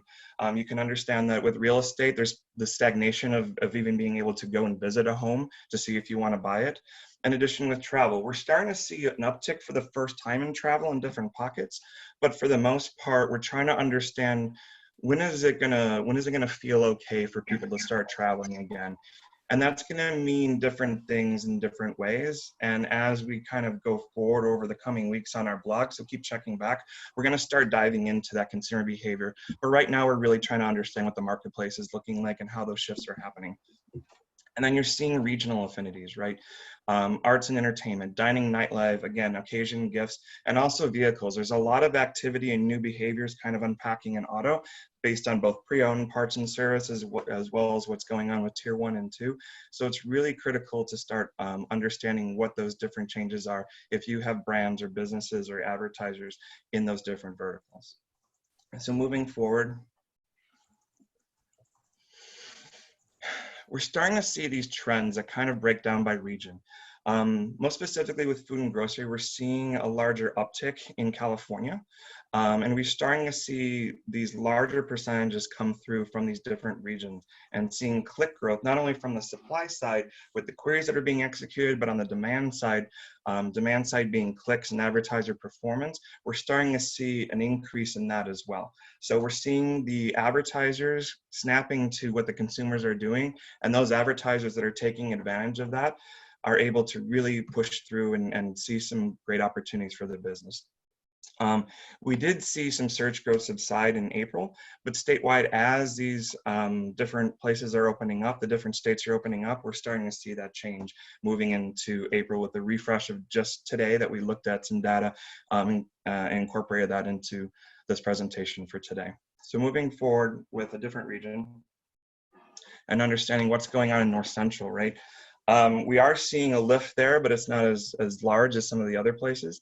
But we are starting to see that. And then we're seeing pockets in places that you wouldn't think, like Nevada and those types of regions across the East and North Central region that are really starting to unfold and provide net new opportunities for home and garden as the weather gets nicer And as we start seeing that within this landscape, people are still trying to get to normal. They're still trying to understand how that they can go and have some type of online activity that provides them with some type of normality.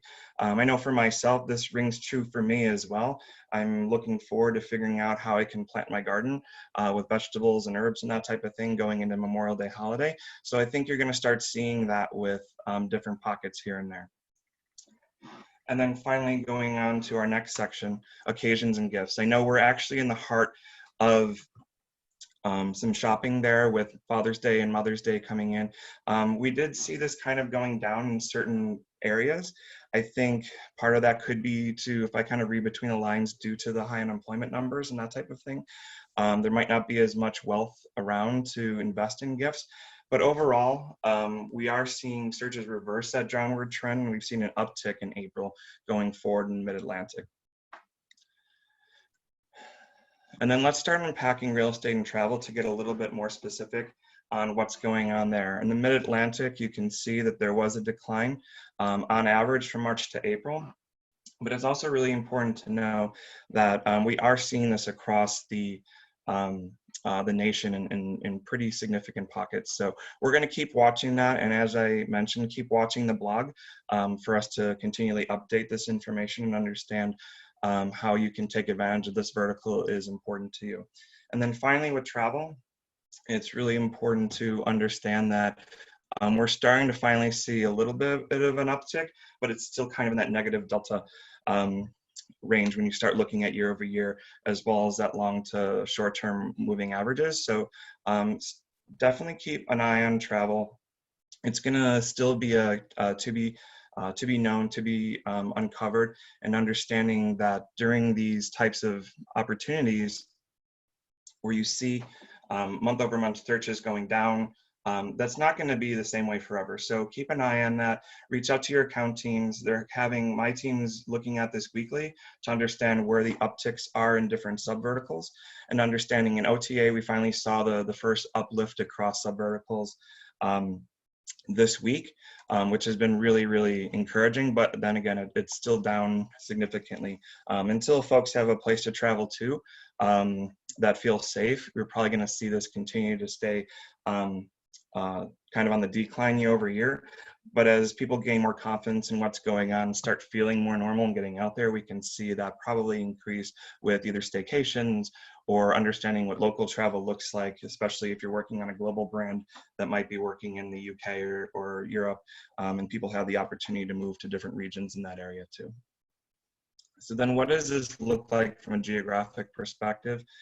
Wanted to just kind of show you the shifts that are going on across the regions. So moving forward to the next slide, we wanted to just kind of unpack in a visual format what I just talked about, and understanding where the searches are moving from east to west in a clean visual that really elevates exactly what's going on from coast to coast. You can see with food and groceries, we have that higher propensity in the east, and then it kind of comes down from the west. Same thing for the retailers and general merchandise.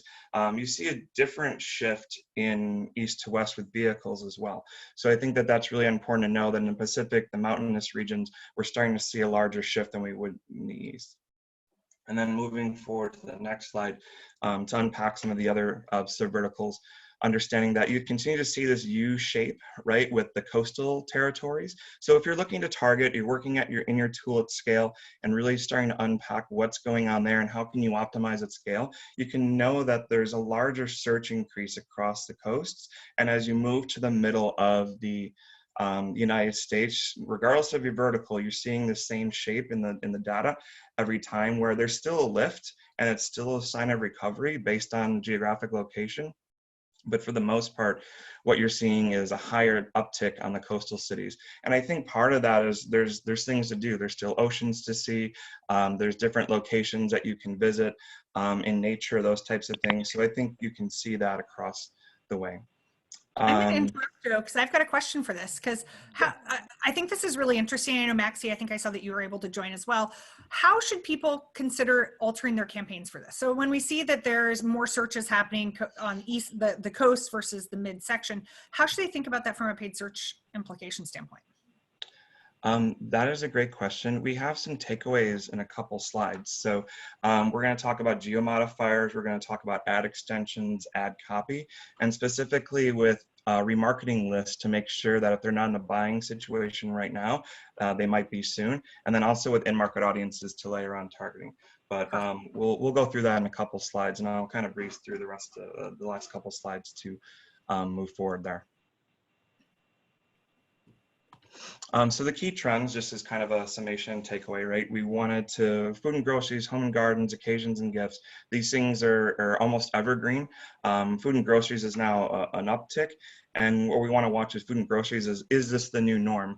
Home and garden occasions and gifts, that kind of feels like what we knew prior to COVID.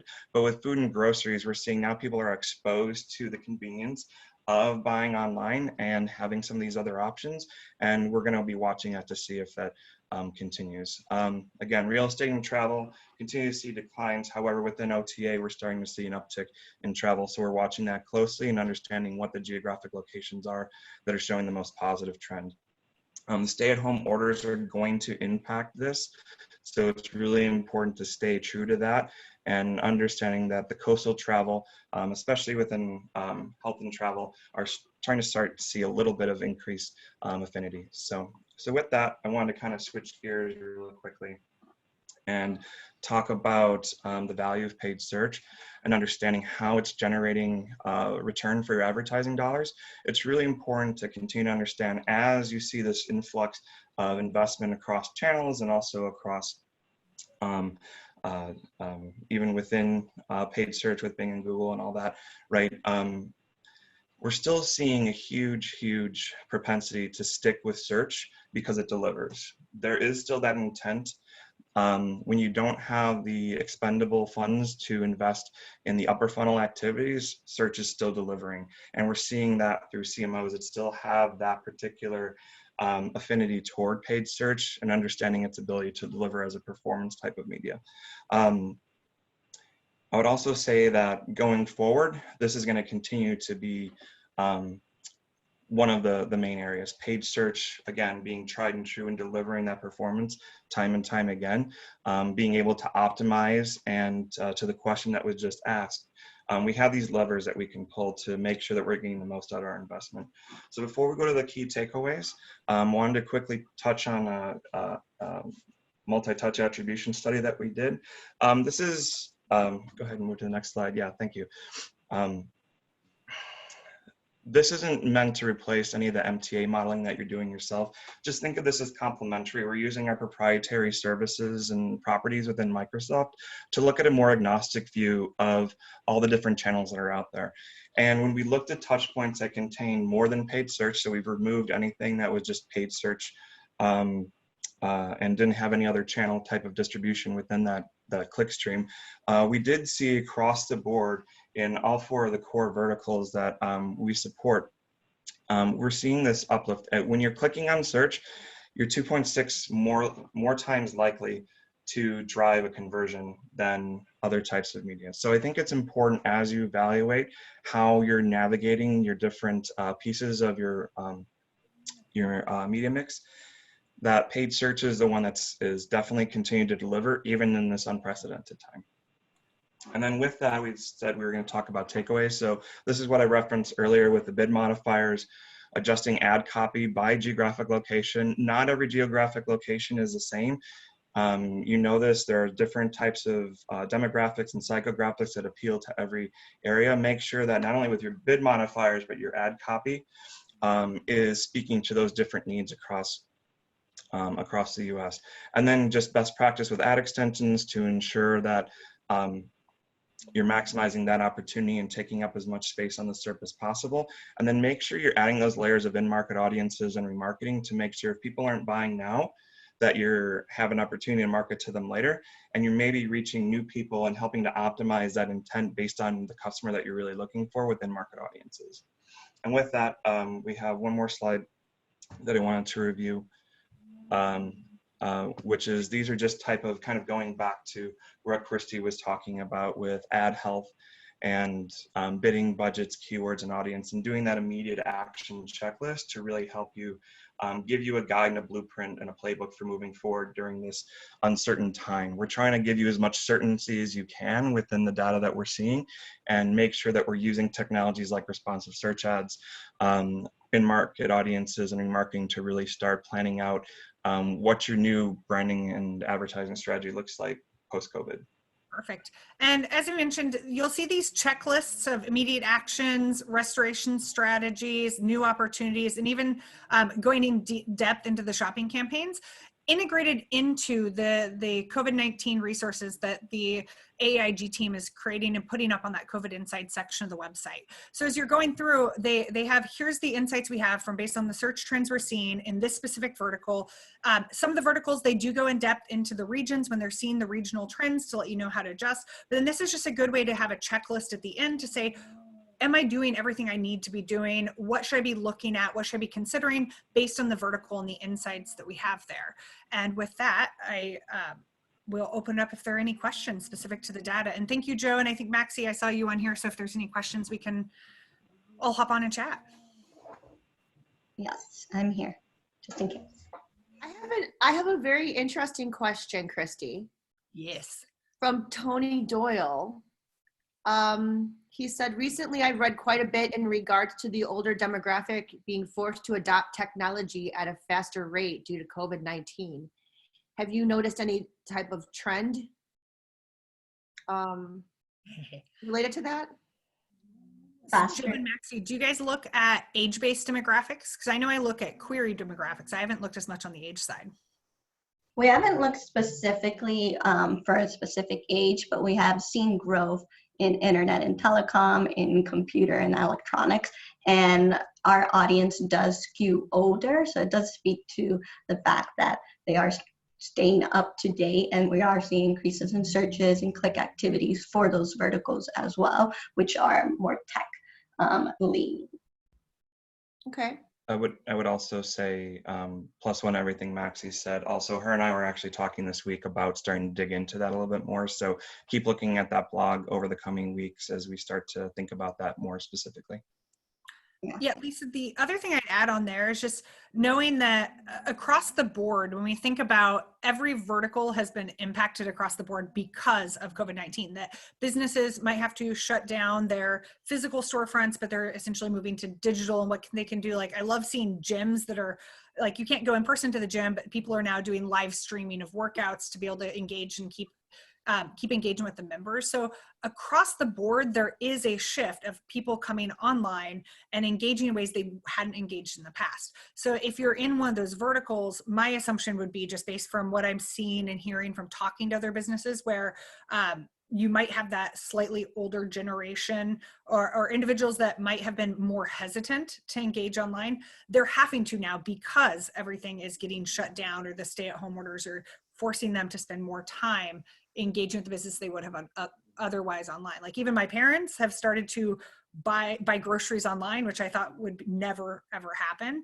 So it's just one of those that as we look at the impacts, the behavior is shifting and changing, in part because they have to. So how do you then adjust your ad copy, your messaging, and even your services to fit so that's easier maybe for somebody who's less tech savvy, like my mom. I love you, Mom, but you're just not great with computers. So that they can still engage, but still keeping up with the younger generation that's digital savvy and grew up essentially online. So that's how I would put it. And that's how we've been talking as we talk to different businesses, or I've been talking to different businesses and verticals, of thinking about the age gaps and the generational gaps. Great. Right. So I also wanted to let you know that a few people have been asking for you to share the checklist. Yes. Okay, great. And I posted your Twitter handle. So thank you. Thank you for being here today. Really appreciate it. Welcome. Thank you for having us. Appreciate the opportunity. We have Matoko Hunt coming up next. Yes, hi. Hello. Can you hear me? Yes. Yeah, good. We're thrilled to have you here today. And your session is Paid Search in Japan and Biggest Mistakes Non-Japanese Advertisers Make. I'm intrigued. I can't wait to hear more about this. Great. She is president of International Search Marketing Consulting. Let's All get right. Yeah, so I'm going to share my screen. Let me see. Okay. And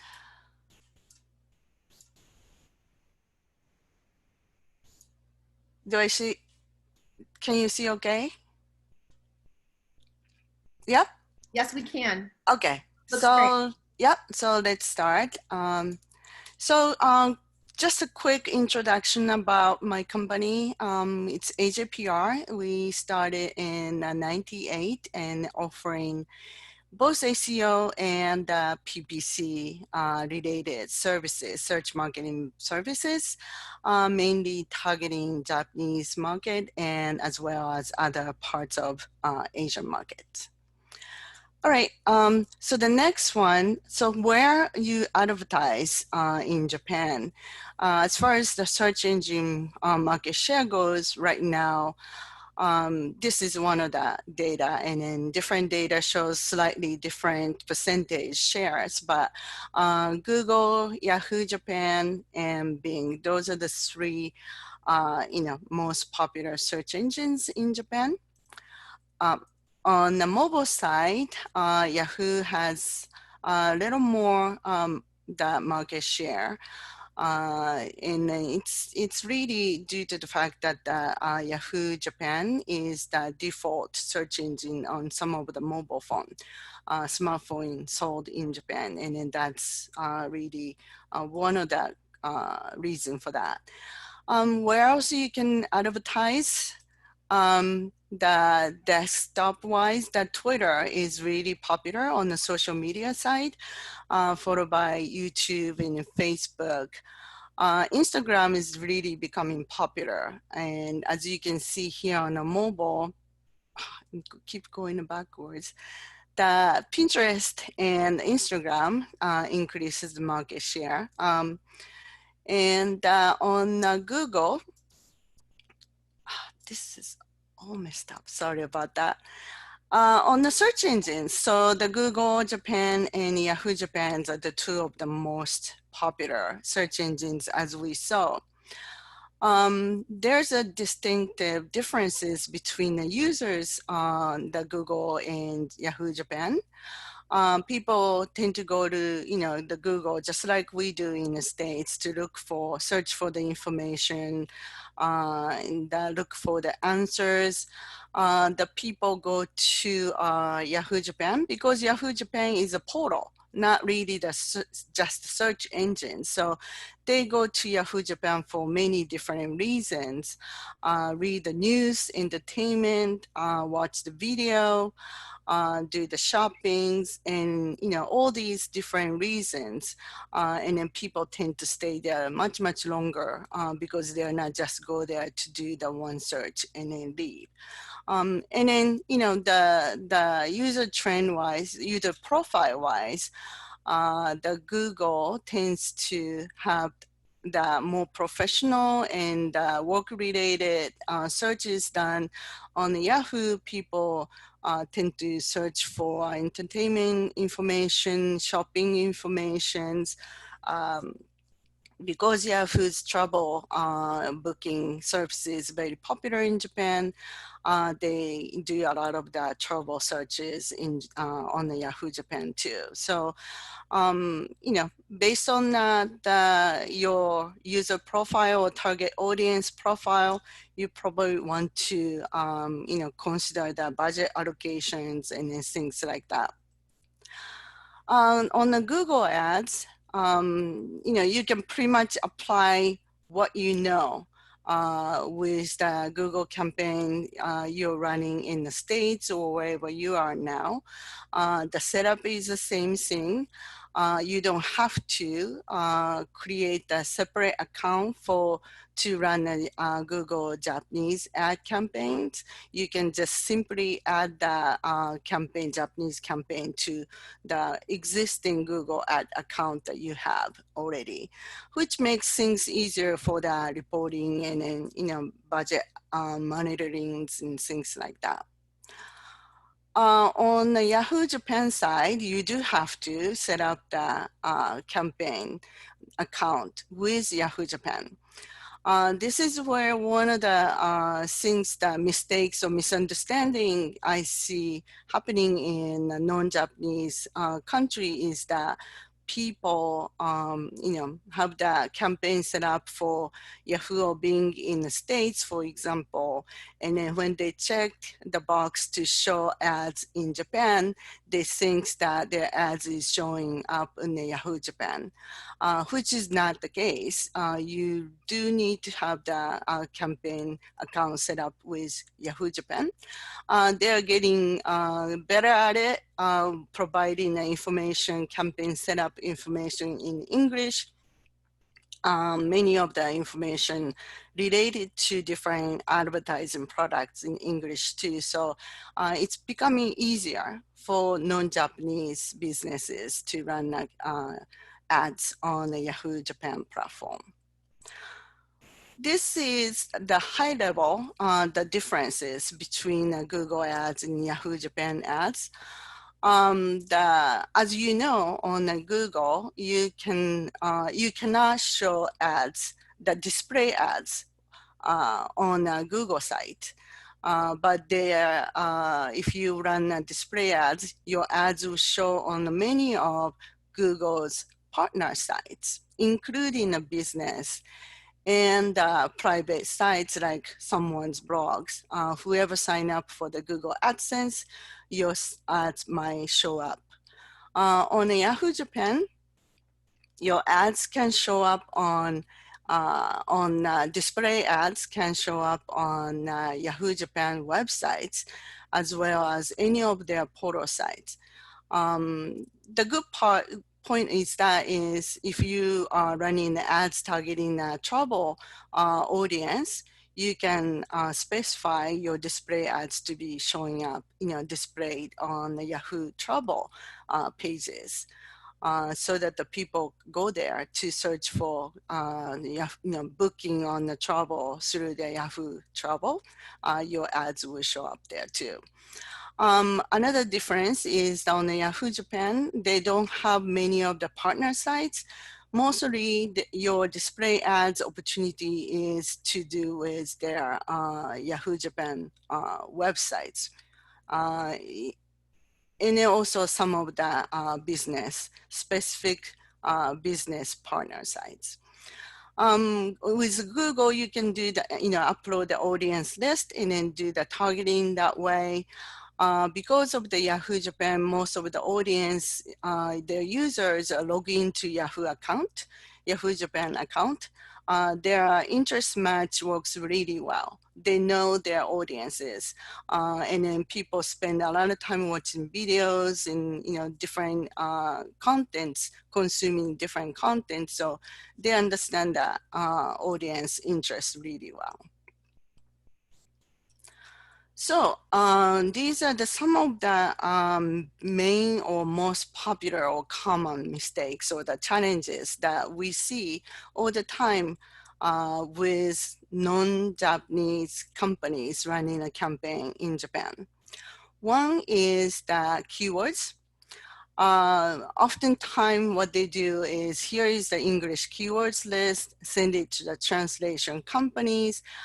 They will translate keyword one-to-one. One English keywords will come back as a one Japanese keyword, which is the correct keywords.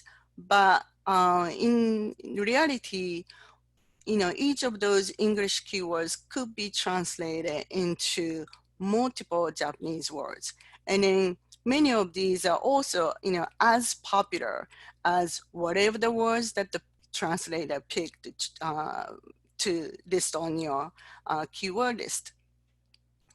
So when this happens, you miss out of that, business opportunities. If you are using the first, the Japanese word for accelerometers, and then not bidding against these two, you could be missing out of as much as half or even more of the search opportunities. So it's really important to do that keyword research with the for the Japanese market. On the other hand, there is a cases that multiple Japanese English words you have on the list could only translate it into one Japanese word. For example, Japanese, we don't have that plural and singular forms in nouns. So orange or oranges both become one word for orange. Misspelling is another tricky one. Many companies include a misspelling on their keyword list. Those are not misspelling that the Japanese audience might be using. If you have the company name or product numbers or service names, those are also used and searched in Japan in alphabet or the numbers, then definitely use that, include a misspelling in your keyword list. But again, because of those reasons, keyword research in Japan, you can definitely based on your English keywords, but expand that keyword research from that list. Popular or interest could be different. I think Joe was mentioning how the gardening is becoming popular right now because many of the people, staying at home in the States. And then that's what we see on the graph on the left. Definitely, the much more interest compared to the same time last year in the States, but in Japan, not so much. There is definitely the uptick in spring months, but that's pretty the same level of the seasonality. It's really because, many people don't have that huge garden like, backyard like we do in the States. So the gardening is becoming popular in the spring, but not as much. Nothing, because of the COVID-19 impact. This is also the, the interest difference showing with the example of the top selling cards in States versus Japan. In the States, last year, the most popular cards were big off-road, the truck. But in Japan, because of that, gasoline cost is expensive. And the roads are, a lot narrower than what we have in the States. So people prefer compact and eco-friendly cards. Then you might want to adjust your ad copy if you're selling the cards. Instead of pushing a big, muscular vehicles, you might want to push the eco-friendly points in the ad copy. Word count limits is different. So in relation to translating your ad copy from English to Japanese, because Japanese languages or Japanese characters, just like with Korean or the Chinese characters, it's a double byte characters, means it will take up 2 character space compared to the alphabet or the, the numbers. So if the, ad headline character limits for alphabet or English is 30, description is 90, that means that you can only fit 15 Japanese characters in the headline and then 45 Japanese character in the descriptions. So when you send the ad copy in English to the translation companies, the translation will come back to you, but that might be way out of the character limit, and then it doesn't work. Yahoo Japan has a slightly different character limit too. So that means that you cannot, translate the ad copy for Google Ads and then recycle that for Yahoo Japan, then your description will be way too long. So you need to adjust that too. Keyword become too long when you translate into Japanese. This is really related to the double byte characters, and some of the words might become much longer than the English character count. Gardening, 9-character space in alphabet or English words, but in Japanese, that's the 6-character word, which takes up to 12, character space. If you look at the smartphone case, 15 characters in English and then 10 character in Japanese, but it's really taking up to 20 of the character space in terms of alphabet count. But instead of the smartphone case, you can use the smaho case in Japanese, which means the same thing, which has a lot less word count. So again, that if you present, or provide the word count that you want the translator to use and stick to when they translate the ad copies, that might be helpful too. On the other hand, it's not always the long way. Sometimes it becomes way too short when it's translated into Japanese. The lunchbox 9 characters becomes 3-character Japanese word, which takes up 6, the character space in alphabet. Shoes become only 1 word, right? So when this keeps happening in one ad copy, you might think that you are taking up like 80 to almost 90 character limit with the ad copy, which has a really good visibility on the search results space, but it become maybe 1 line or 1.5 line, and it doesn't look as effective as competitors' ad copy. So again, once it's translated, you really need to review that. Of course, the best way to do it is not using a translation company. Work with the ad copy editors who understand the Japanese language and the Japanese audience, and also that do the local, competitor research to make sure that your ad copy stands out against the competitors.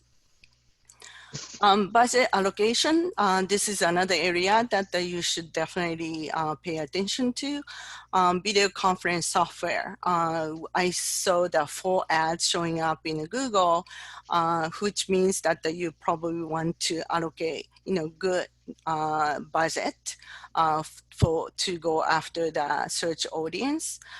In Japan, I didn't so for the same word, meaning of the word in Japanese for video conference software, there was no competitors. Means that you don't have to allocate as much budget for the specific keywords or specific keyword groups. So do the keyword research, audience research for the Japanese market, and work on your budget allocations accordingly. Another area, and this is actually the very important area because the landing page is where your, whoever click your ads will convert, right?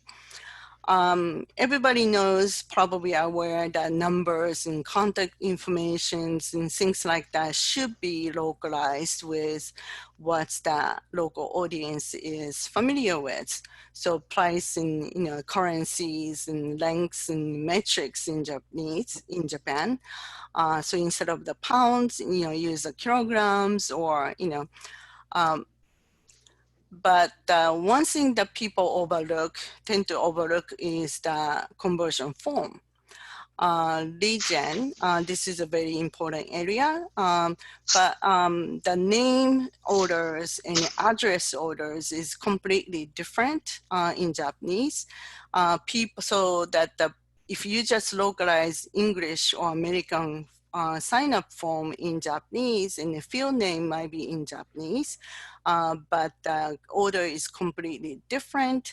And also the problem happens when they type the address in Japanese characters it doesn't fit in a form because many people, the address is much, much longer than English addresses. So it doesn't fit in a form. And then they can, complete the form, and then they can sign up your whatever you are trying them to convert. So it's really important to test and make sure your form is working for them. Once the campaign kicked off, it's important to maintain, and then some of the database number-based work you might be able to do in-house, but definitely outsource language-based work related to copy updates, keyword updates, negative keywords, researching a local trend, so that your campaign will be keep staying effective. The next one is summary of what we just talked about. I think it's the end of the time for me. So I will take questions if there is any. Otherwise, I think we can go into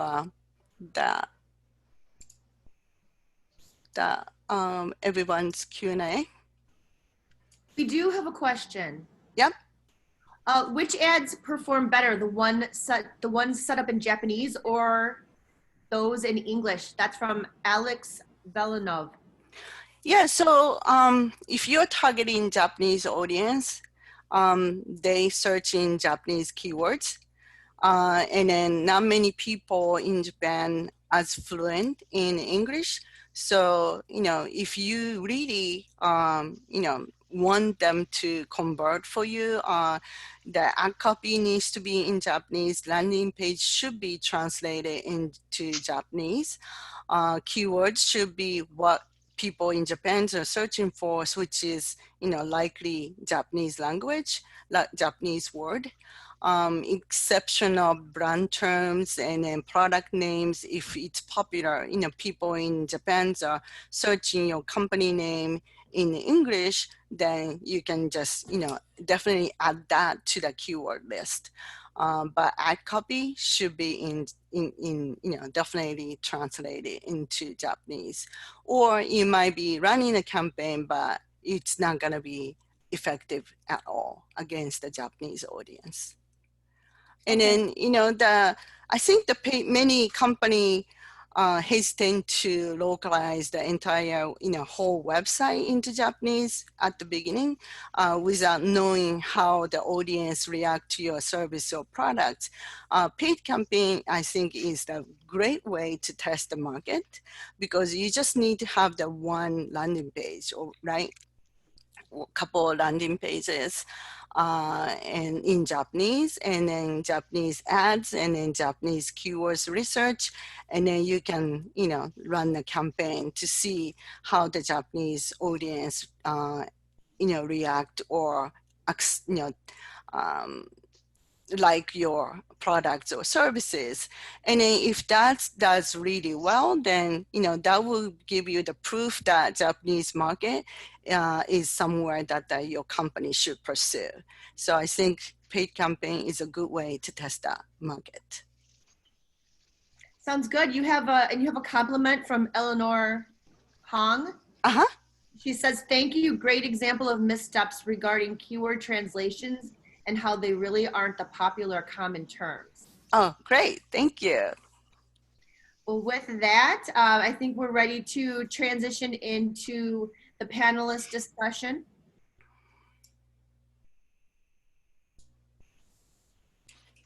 And if you have any questions, please post those in the Q&A. From any session that you saw today or any question in general. I'm sure that other people have the same question. We have Nava, Christy, Motoko, and Adam Prohl is joining us. One of the first questions that I want to attack for all the panelists is suggestions for online tools for SEM, such as keyword research, optimizations, campaign budget.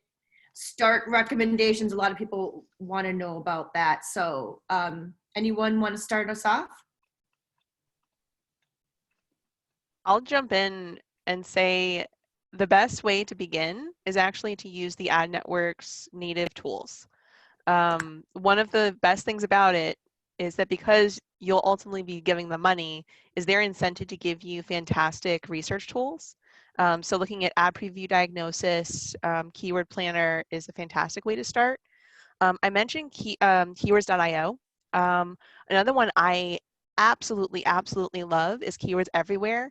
Yes, it went from being free to paid, but for like $10, you effectively get 6 months worth of every single search query, and it'll actually analyze not just pages, but it'll give you recommended searches, volume, average cost per clicks. In terms of tools, I don't like bid management tools. I think that they're very overrated. Like either use a bid strategy or build rules into that networks yourself. Like I find them overrated, but there is absolutely an opportunity to explore those as well. In terms of ad copy builders, again, try building them in the native tools. But one tool I'll actually put in for everyone when I'm building decks, it can be very hard to generate the exact search result page that you want. Like if there's over 100 different search result pages and they'll serve differently depending on who you are, like you want to make sure that you get the exact search result page that will make your point. So there are some really good ad preview tools. So they're not only good for those of us that need to make a point about paid search, but they're also really good for getting approvals for clients. And Google Data Studio, SEMrush, amazing tools. I get so into keyword research, like that's usually what everyone wants to find out about. But Google Data Studio is really good for building your own data visualization. And SEMrush, if you actually, I realize we're the Paid Search Association, but the best way to actually use their tool is actually the organic stuff, because you'll get a lot of the paid insights on the organic side. And now I'll shut up and let other people talk. No, I think that was great. I agree with everything Neva said. Google just came out, I think, with it, was it called the Rising Retail Trends? I think they came out with that tool just this past week as well. So for anybody who's in retail, that's a good tool to check out. The only thing I would add is I like keeping up with social media trends as well. What's trending in social media? Oftentimes there could be, if people are talking about it and sharing it on social media, chances are they might be searching for it on the search engines. Looking at YouTube as well. I even just encourage my clients to go look at just the suggested search results. There was a couple things about rapidly responding to trends in COVID-19 and just in general. Great presentation by both John and Christy and her team. One of my clients is a grocer. They're a fairly prominent local grocer here in the Twin Cities. And the biggest thing that got appended to their brand name since COVID began was basically their brand name followed by delivery timeframes, pickup timeframes, things like that, because people were unsure about how long it would take to actually get their order if they placed it. So that was one of the big things. So just being able to respond to that and create a landing page, create campaigns, talking about delivery times, things like that. So. Just adding on, everybody, I'd say thumbs up, great. Something I think is maybe underutilized or maybe not quite known is that we have an Excel plugin for Bing Ads or Microsoft Advertising. I'm so used to the old Bing Ads Excel plugin where you can pull it directly in and it essentially hooks to our API and pulls in real-time search trends and search queries. I know John in the past has done a ton of presentations of how to utilize that feature set to just automate essentially how you do keyword expansions, keyword lists. As Nava said, it really does pull straight into our API to give you real-time updated keyword lists. In addition to how John Lee talked about using DSA to, I'm trying to get my acronyms right, it's too early and I haven't had enough coffee, DSA to do keyword expansions and really see the opportunities on that back end. So if you haven't ever used the Excel plugins, it's a really great way to dive in depth and to see what's happening overall within us.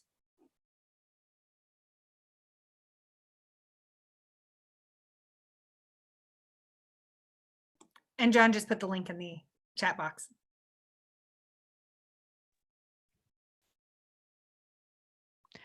Oh, hi, sorry, I'm pausing. I was pausing a little bit. We had a lot of questions about DSA.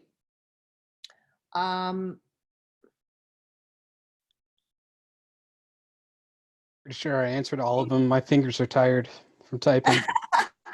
Right. There's one that I'm also curious about. Search terms. How do you know search terms are performing better in DSA versus regular campaigns? Define better. Like, what does better mean? Does it mean converting? Does it mean it's cheaper? Like, what is define better? That is not defined in the question. I think that's up to the answerer's determination. Well, so And, I purposefully didn't answer that one because I didn't have a great answer for it. okay. And my understanding, because I reread that question about 10 times, was that, let's say my understanding was you've got your DSA campaign, you found a query, you're like, hey, that's a great query, I'm going to put it in my search campaign as a keyword, but it doesn't perform as well, right? It was doing better regardless of metric, could have been CPC, click-through rate, conversion rate, whatever, just as a query hitting off the DSA campaign versus being an actual keyword. And I know that can happen. To be frank, I don't really have a good reactive strategy to that. Hey, John, on that end, what would you say about it? Could it be that you have a mismatch then between the query, the ad copy, the query, the landing page? Because that would be my first guess. Like going back to I think they used the word relevancy in the question, and so yes, I mean there's something off, but like how to go through and troubleshoot that, I didn't have an easy, quick answer, and I still don't. So I'll throw it out there. When you're looking at your search terms and you see the search terms generated by your DSA versus the search terms generated by your keywords, if you start to see that the quality of search term is the same, but it's cheaper, or maybe your click-through rate is better or worse, like that's how I begin, is I live and die by the search terms report. Because effectively how I love using DSA, aside from auto and e-commerce and like handling hundreds of thousands of pages if I have to, is really keyword research, is understanding what terms are going to do the best. And so if you're looking to prove out, and I actually did this with a travel company, safaris of all things, and we had to figure out which safari packages, what kind of regions deserve their own campaigns and their own budgets, and which ones, because of, for whatever reason, the grab bag was served better by DSA. And so one thing I would throw out there is you have to be okay with lack of headline control. And if your idea, if your service cannot live with that lack of headline control, no matter how good the DSA performs, you are going to be in a position where you can't really leverage it correctly. Whereas if DSA is like your first step in the campaign build, and then you leave it there instead of say broad match, and I think someone included, John, I would love for PSA, like we do just like DSA and broad match, like the underrated heroes of advertising, because like everyone thinks broad match is evil, but DSA and broad match can actually do the same They're amazing thing. So tools. if you don't like what's happening on DSA, run broad match with a whole bunch of negatives in that ad group or campaign and just let the data come in. But like that is the main value, is you're learning how your people search and what kind of creative, what kind of ideas will convert them. And I think that our compatriot Perna is going to be touching on what we lovingly refer to as broadience in her session either tomorrow or Thursday. And so there's more on that topic coming. Very good. Can we make a shift to local search? So Robin Steele has a question, and I thought maybe we could expand a little bit on that given the current trends. Searches including near me have ever increasing volume but rarely convert. I know my temptation is to negative near me is wrong, but they take up a lot of budget. Would love your thoughts. Well, if you think about near me, I think I hate the word it depends, but this is going to be, and it depends on your business and your business type, because a lot of times if people are searching for near me, depending on your business model, they are looking to find and go to a specific location. We see this a lot, especially Joe Claire and then Maxilla, who briefly joined the call with me, we spend a lot of time talking about what happens with these search trends, and it's people that are looking to go to a specific business. So if you are just looking at digital as your only channel, excluding near me is going to be an issue, because then you're going to exclude the people that are looking to go physically there. You have to look at calls going into your business. So if you are a restaurant and people are searching for restaurants near me, look for the people that then do the phone orders, because they are looking for what is nearby.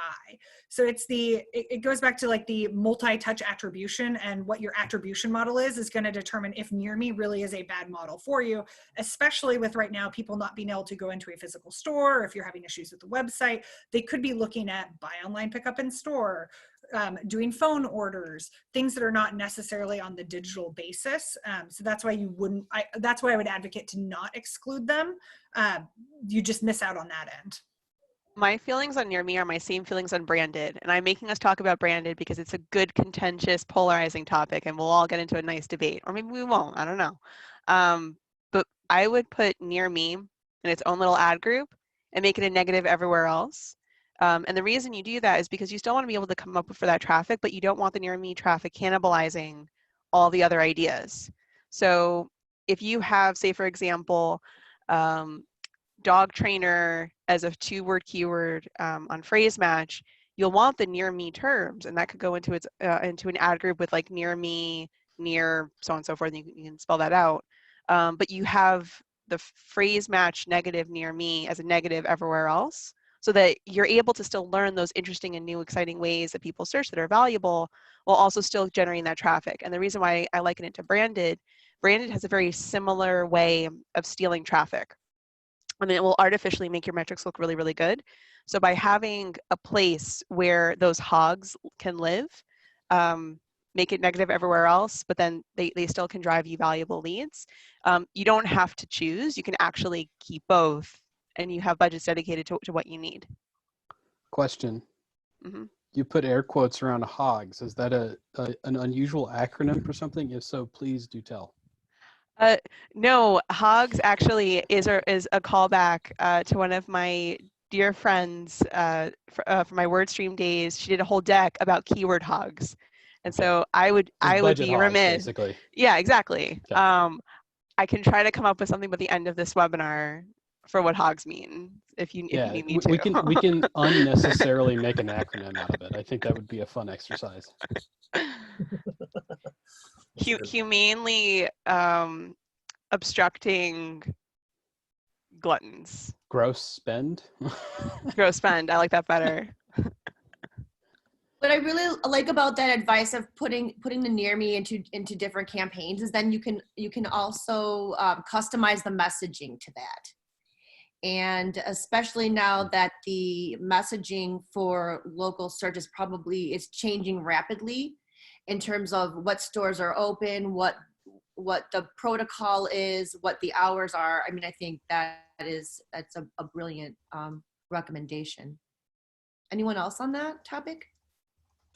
Briefly, we actually saw a little bit of success, ironically, with not just retailers, but some service providers. For example, like roofers, tree trimmers, things like that. What happens a lot of times when you get a storm and lots of people need new roofs, you get these a lot of fly-by-night companies in town. So the volume of people who've been burned by that before looking for roofers near me, they want to know that somebody is local, actually has a local address, local phone number, local things like that. So sometimes that stuff does matter. So I like what Navas said about just giving it a place. So sounds good. Good.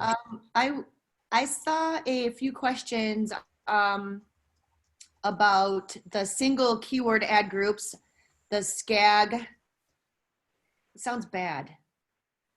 They are bad. They're an enemy in Borderlands, and they should be ruthlessly put to bed. It's a very old school technique. Are people still using that? And what are all your? I would say that they are, yes. But they shouldn't. There are some agencies that live and die by them. So I would say that I have two minds about it. They can work if properly managed, but the overhead, and in this case, like the return on time investment from the people managing it, I don't think is really there. That's been my personal experience. It's a lot of additional effort for things that you can still achieve in a standard campaign structure as long as you're doing the right things. So that's an opinion of one, but they're very much out there. I've seen accounts recently, working, looking at things with our clients here, and they very much do exist still in a big way. I'll throw it out there. Some people like to refer to single keyword campaigns as if they're different than single keyword ad groups.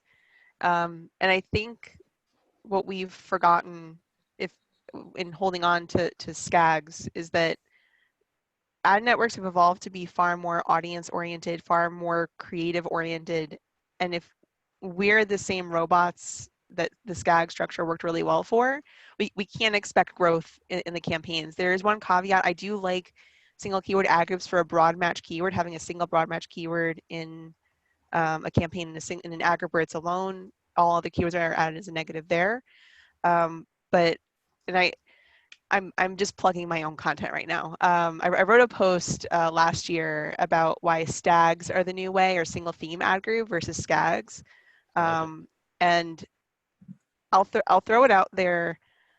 We who get to see lots of accounts and who've kind of seen the ebbs and flows of trends agree that SCAGs are not really amazing.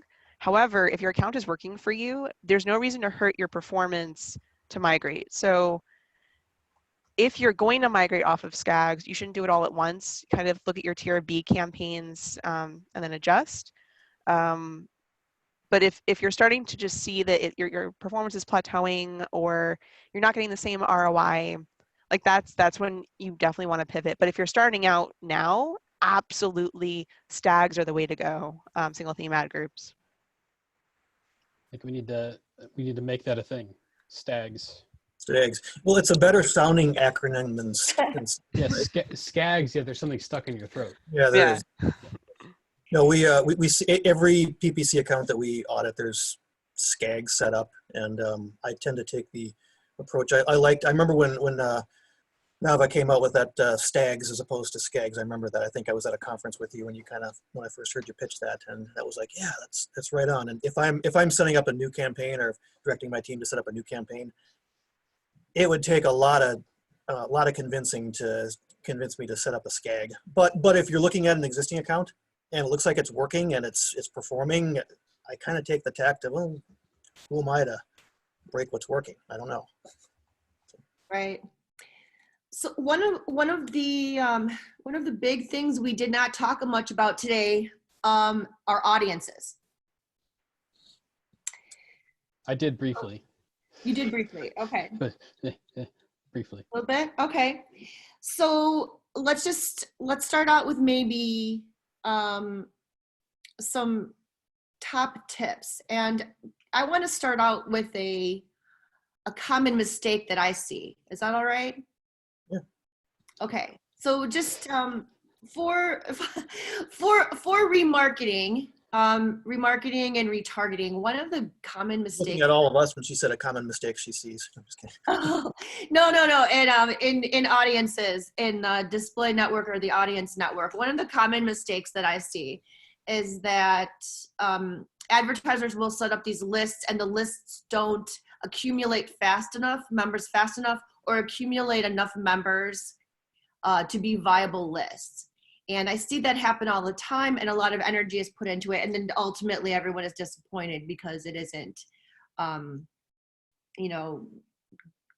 going crazy with volume. So I think that's something for people to look out for, is to consider what the volume will be for especially customer lists, matches, and retargeting to certain pages, and to kind of plot that out and set that up beforehand before getting into it. And then I'm hoping that you all will talk about some other techniques that can be used instead or layered with that. I think you bring up an interesting point, and that is finding balance between audience lists that will get you critical mass and audience lists that will be those scalpel-like tools that you can use to really land a super targeted message to a super targeted audience.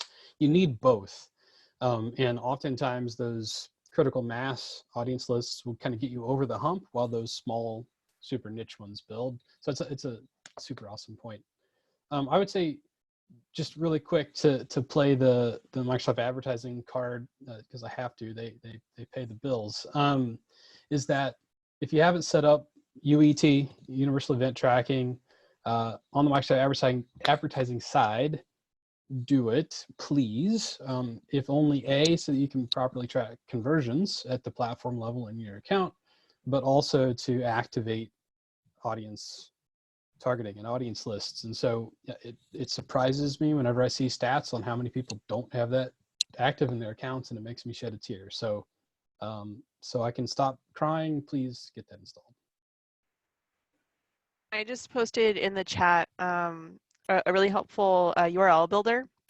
So if you don't know how to configure UTMs, which is a totally reasonable thing, like the amount of tech that is now required in the world of PPC has increased. This is super simple, super straightforward. Eventually, one day, we won't have to think about it. And if you've synced your analytics into your ad accounts, it'll kind of do that work for you, but absolutely leverage that. Speaking of analytics, I'll kind of give my 2 cents on analytics audiences, and then I would love this group's 2 cents on analytics audiences. I think they're the gold standard. When you can have your SEO speaking to your PPC, not only can you begin to kind of pick up the slack where maybe an SEO initiative fell off, either the exit rate is really high, or you're crushing it on organic traffic and you don't want to pay for those same people. But also the types of audience segments where you can bid up or bid down, and tailor your messaging according to that. John, in regards to like the ad customizers, you made that amazing point. Like that is one of the things you can use in your ad customizers is those audiences. So as much as you can allow your ad networks to speak to each other and your organic efforts to speak to each other, analytics audiences are the best. It is easy to get wrong, whether you made a filter that doesn't make sense, or you have duplicate goals, or you're imported the wrong thing.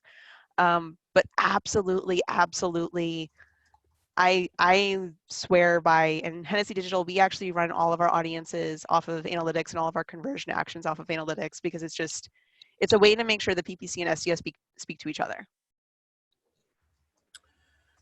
The audiences, they've given me a little bit more insight into who should I be trying to go after from a targeting perspective, right? Seeing who's coming to the site, especially if there's enough volume on there. It's given us insights into things that we hadn't even considered. An example, we have a client that their main product is it's a phone app, and kind of a phone app and desktop platform that helps organize context from all these different sources. Lo and behold, looking at analytics, it's like it's popular among musicians. So I'm surprised John doesn't have it. So I don't know why. I couldn't figure out why, because we were targeting, sales execs and sales reps and entrepreneurs, and that's valid, but also all these musicians. I'm like, holy crap, I never would have thought that. I'm like, when you actually think about the psychology of it, it probably makes sense. I think just in general, when you're thinking about audiences, my experience in advertising goes back 27 years, so started out in print, and the last couple of years have kind of really forced me to evolve as an advertiser in ways that 25 years ago, I never imagined possible. Just thinking about combining things like machine learning, dynamic DSAs, RSAs, combining that with audience layering, that has the potential to really take this to a level that goes beyond just, textbook theory we always talked about. I think most of us probably who are on this panel right now probably were not taught to do advertising this way. We were taught, well, here's what an A/B test looks like. Here's what, here's what audience targeting, here's the limitations of what audience targeting looks like. And the whole idea of being able to enter a bunch of different headline combinations, that's an entirely different way of thinking about writing an ad, because when I started out writing ads, I was thinking about kind of the ad as a whole, the totality of the ad, how does it flow together as I'm building it. You've got A and you got B, and how do they flow together? One of them is the control, one's the test. Which one's going to win? Now you got, I don't know, John, I think your presentation said on the Microsoft side like 32,000 different permutations or whatever the exact number is. Nava, I remember watching your former colleague Mark Irvine talk about the number of different possibilities. I don't remember the exact number. I don't think it's relevant. All I know is it's a lot. It's a crap ton, right? And so it's a different way of thinking about building ads and targeting audiences, and targeting, not just targeting the audiences, but targeting the audiences who are at different varying stages of the purchasing cycle within those audiences. And I heard the phrase, and I've heard this phrase a lot about, we have to be willing to give up control. And I'm kind of, at first I thought, yeah, we're giving up a lot of control, but I'm like, well, we're not necessarily giving up control. We're just changing the control that we have, because we still have to provide the inputs. I mean, it's, my old boss had a saying, it's garbage in, garbage out. I mean, the output's only going to be as good as the inputs we give it. John referenced that excellent article that our colleague Brad Geddes wrote last week. And I think that was one of Brad didn't actually say garbage in, garbage out, but when I was reading the kind of why some of the RSAs suck based on some of the headlines that come up, that's basically what it was. It's basically, well, okay, it's basically all you've given the platform is these, these garbage headlines that they maybe work as an extension, or they maybe work in the copy, but they won't work as a standalone headline. So, or as a lead headline. So. And, sorry, I went off on a tangent. No, a good one. A couple of quick things. One, Brad explained to me how he and his team got those numbers, and I died a little inside. I'm not going to explain it, but that required a lot of manual effort. So, like, if you haven't read that article, please do, and bear in mind that, like, a lot of blood, sweat, and tears went into bringing you that data. So it's a special article. But a point I would make is, and I know this has the potential, because of where I work, has the chance of coming off as very publisher centric, but the thing that surprises me time in, time out around audiences is that folks will apply them in observation only mode, and that is all they will ever do with it. And that is great, because you're going to learn something from it, assuming you even look at it, but that's not the point. The point is to say, here's an audience that is of value to me. And if I'm not going to do, target, right, and actually go after it as an isolated, campaign, and I've just layered this into a standard search campaign or display campaign, whatever, like the whole point is that you can bid up or bid down on it using the bid adjustments. It shocks me how many people don't do that. And that goes for remarketing lists, it goes for in-market lists, et cetera, et cetera, et cetera. So I'll get off the soapbox. So I actually would love for you to stay on the soapbox because one of the one of my favorite Mark Irvin stories. Mark Irvin, current reigning champion, PPC thought leader, director of strategic partnerships over at WordStream. He found that the average user there would be at least 6 months between activities taken in, granted, Microsoft ad accounts. Google was a little bit better, but I think part of it's just try. If you try, things will happen and it will be great. And I realized that one of my talking points in my deck was wait a little bit, but like we don't want to wait 6 months to act. There is a point where you do need to get over data paralysis, waiting for a sample size that's significant, particularly if you're low budget. That's actually why I like having those hidden conversions, because if you are not going to run a 20, 30, 40K plus budget, like if you're, and it's okay, if you're running a budget that's less than 1,000 or even less than 5,000 a month, you have to be okay with some metrics that are going to be smaller, but acting. Because if you keep waiting, you're never going to actually grow. You're going to get stuck in this plateau. And I really, really strongly believe that there should be 5 minutes baked into everyone's calendar that is dedicated account check time, regardless of whether you actually take any action, but every day, 5 minutes, just check the account.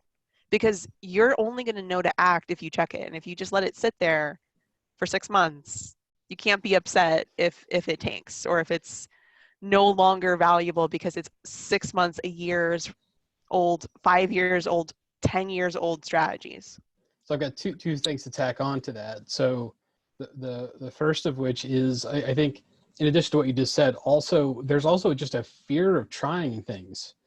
You've got to be okay with failure, right? Not everything's going to work. Not everything harebrained scheme you come up with for your campaigns is going to work. However, you're going to find that sometimes when you throw the noodle against the wall, it sticks.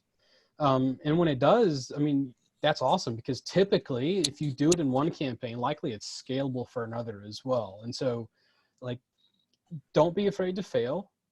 Fail fast in our platform. And I don't mean our, like, Microsoft, I mean just digital advertising as a platform is one of the best for failing fast.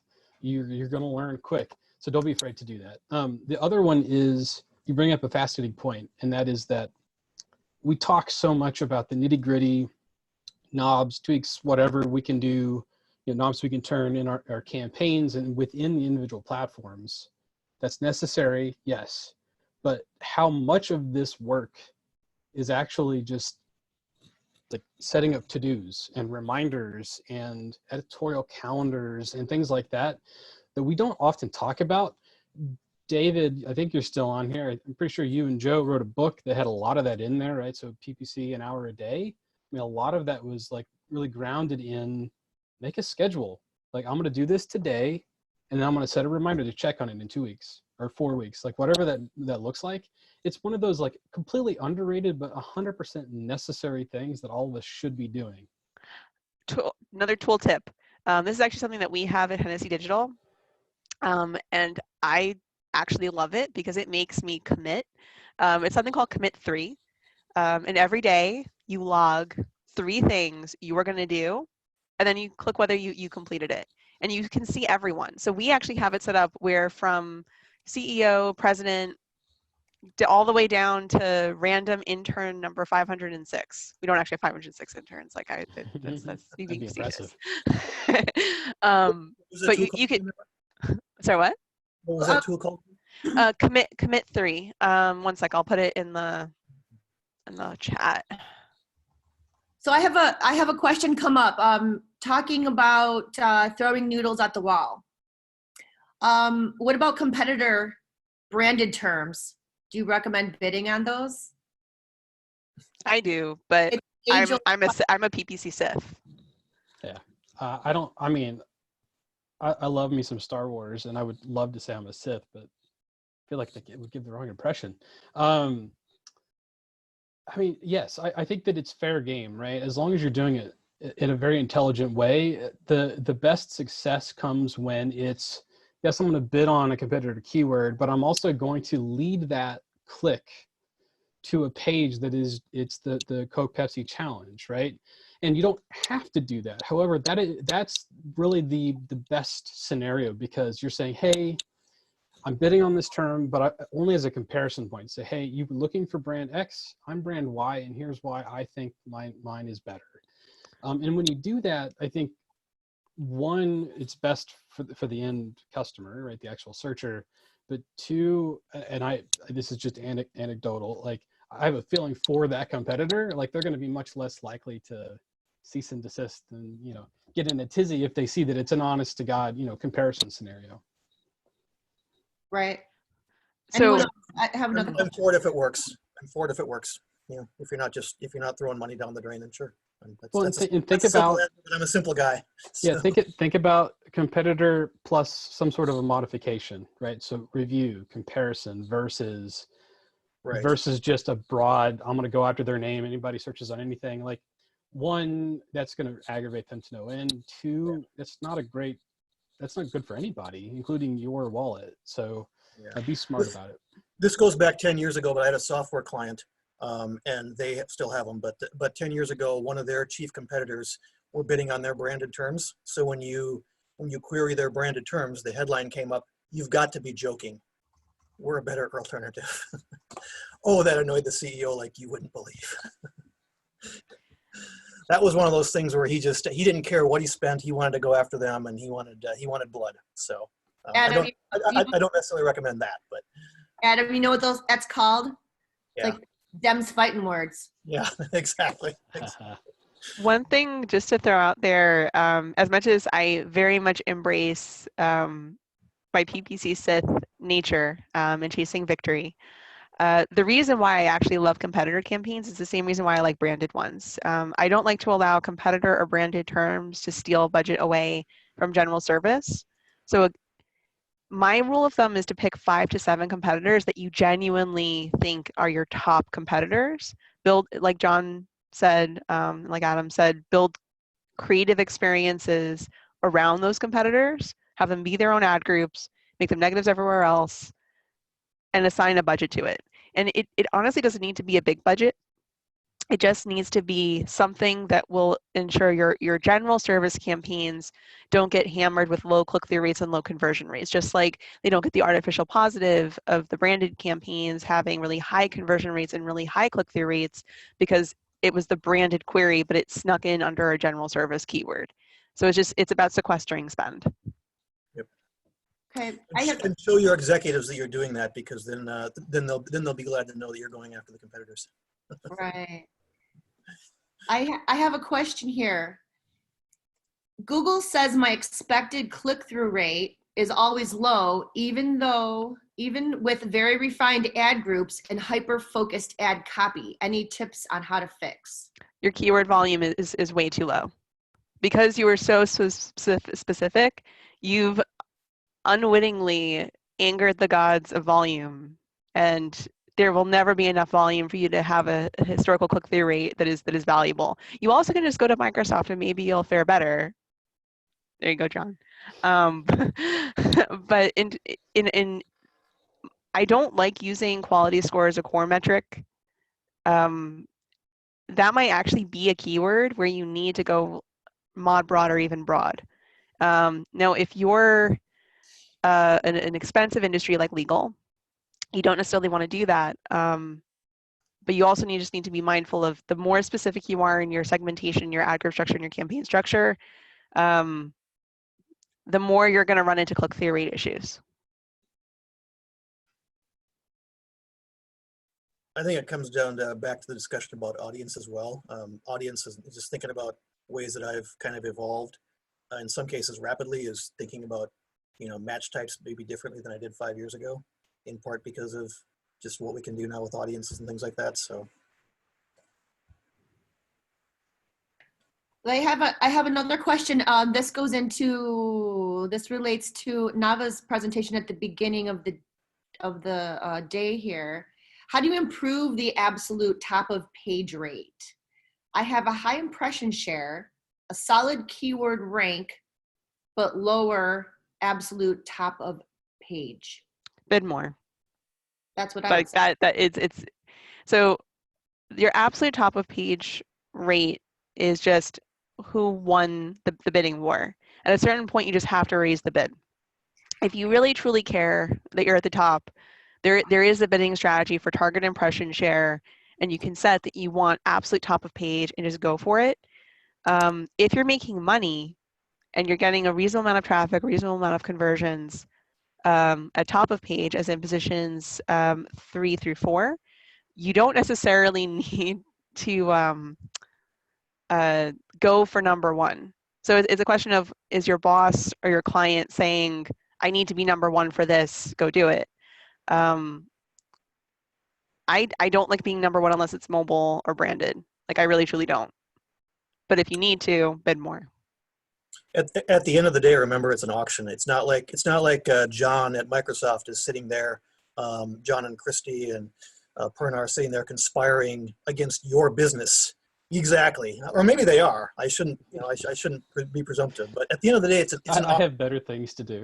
I mean, at the end of the day, it's an auction. I mean, there's if you have to bid more for it, it means there's high demand. There's demand for it. The demand is there. So, sorry. I think that's exactly what I would say. Yeah. Well, we are unfortunately at the end of day 1, and so I want to thank you so much for being here, to all the speakers and for the panel discussion. I personally always learn a lot and wish I could use it more to my advantage. So I'll be on the next 2 days asking a lot of questions. And to close us out and to wish us a good day will be David Satella. You're muted, David. How about now? You're right on. All right, even better. All right, thank you attendees for spending the day with us. Thank you very, very much to the speakers, the intelligent and attractive speakers, I might add. And please come back tomorrow. We've got AJ Wilcox talking about LinkedIn. We've got Melissa Mackey talking about B2B ads in a COVID-19 world. We've got Lisa Meyer talking more about what to do when the economy reopens. We've got Bill Leake talking about things to do to double your whatever. And then we've got Andrew Goodman at the end of the day joining us for Q&A. And if you get here early tomorrow, like an hour early, starting an hour early, earlier than your schedule says, that would be 10 a.m. Eastern Daylight Time, you can have coffee with us. So some of us, I presume some of the people on the screen right now and others will be having coffee with you, and we can chat. You can ask us questions. We'll pull you in. We can do a round robin singing thing. John's all ready for that one, I'm sure. But please join us for coffee. And if you can't do that, join us for happy hour at the end of the day on Thursday. So thanks, everybody. Bye, panelists. See you tomorrow. Bye, guys. Bye. David, let's keep the chat open for 1 minute so people can gather any links they need to Oh, okay. before they sign off, if that's okay. Sure. Okay. Hi, Gianpaolo. Oh my God. Is that a person? Is that a human? Yeah, see you tomorrow. Okay. Ciao. I was standing here the whole time. I think Gianpaolo had someone too. All right, I'm going to take off. Ciao, Amanda. Ciao. Hello.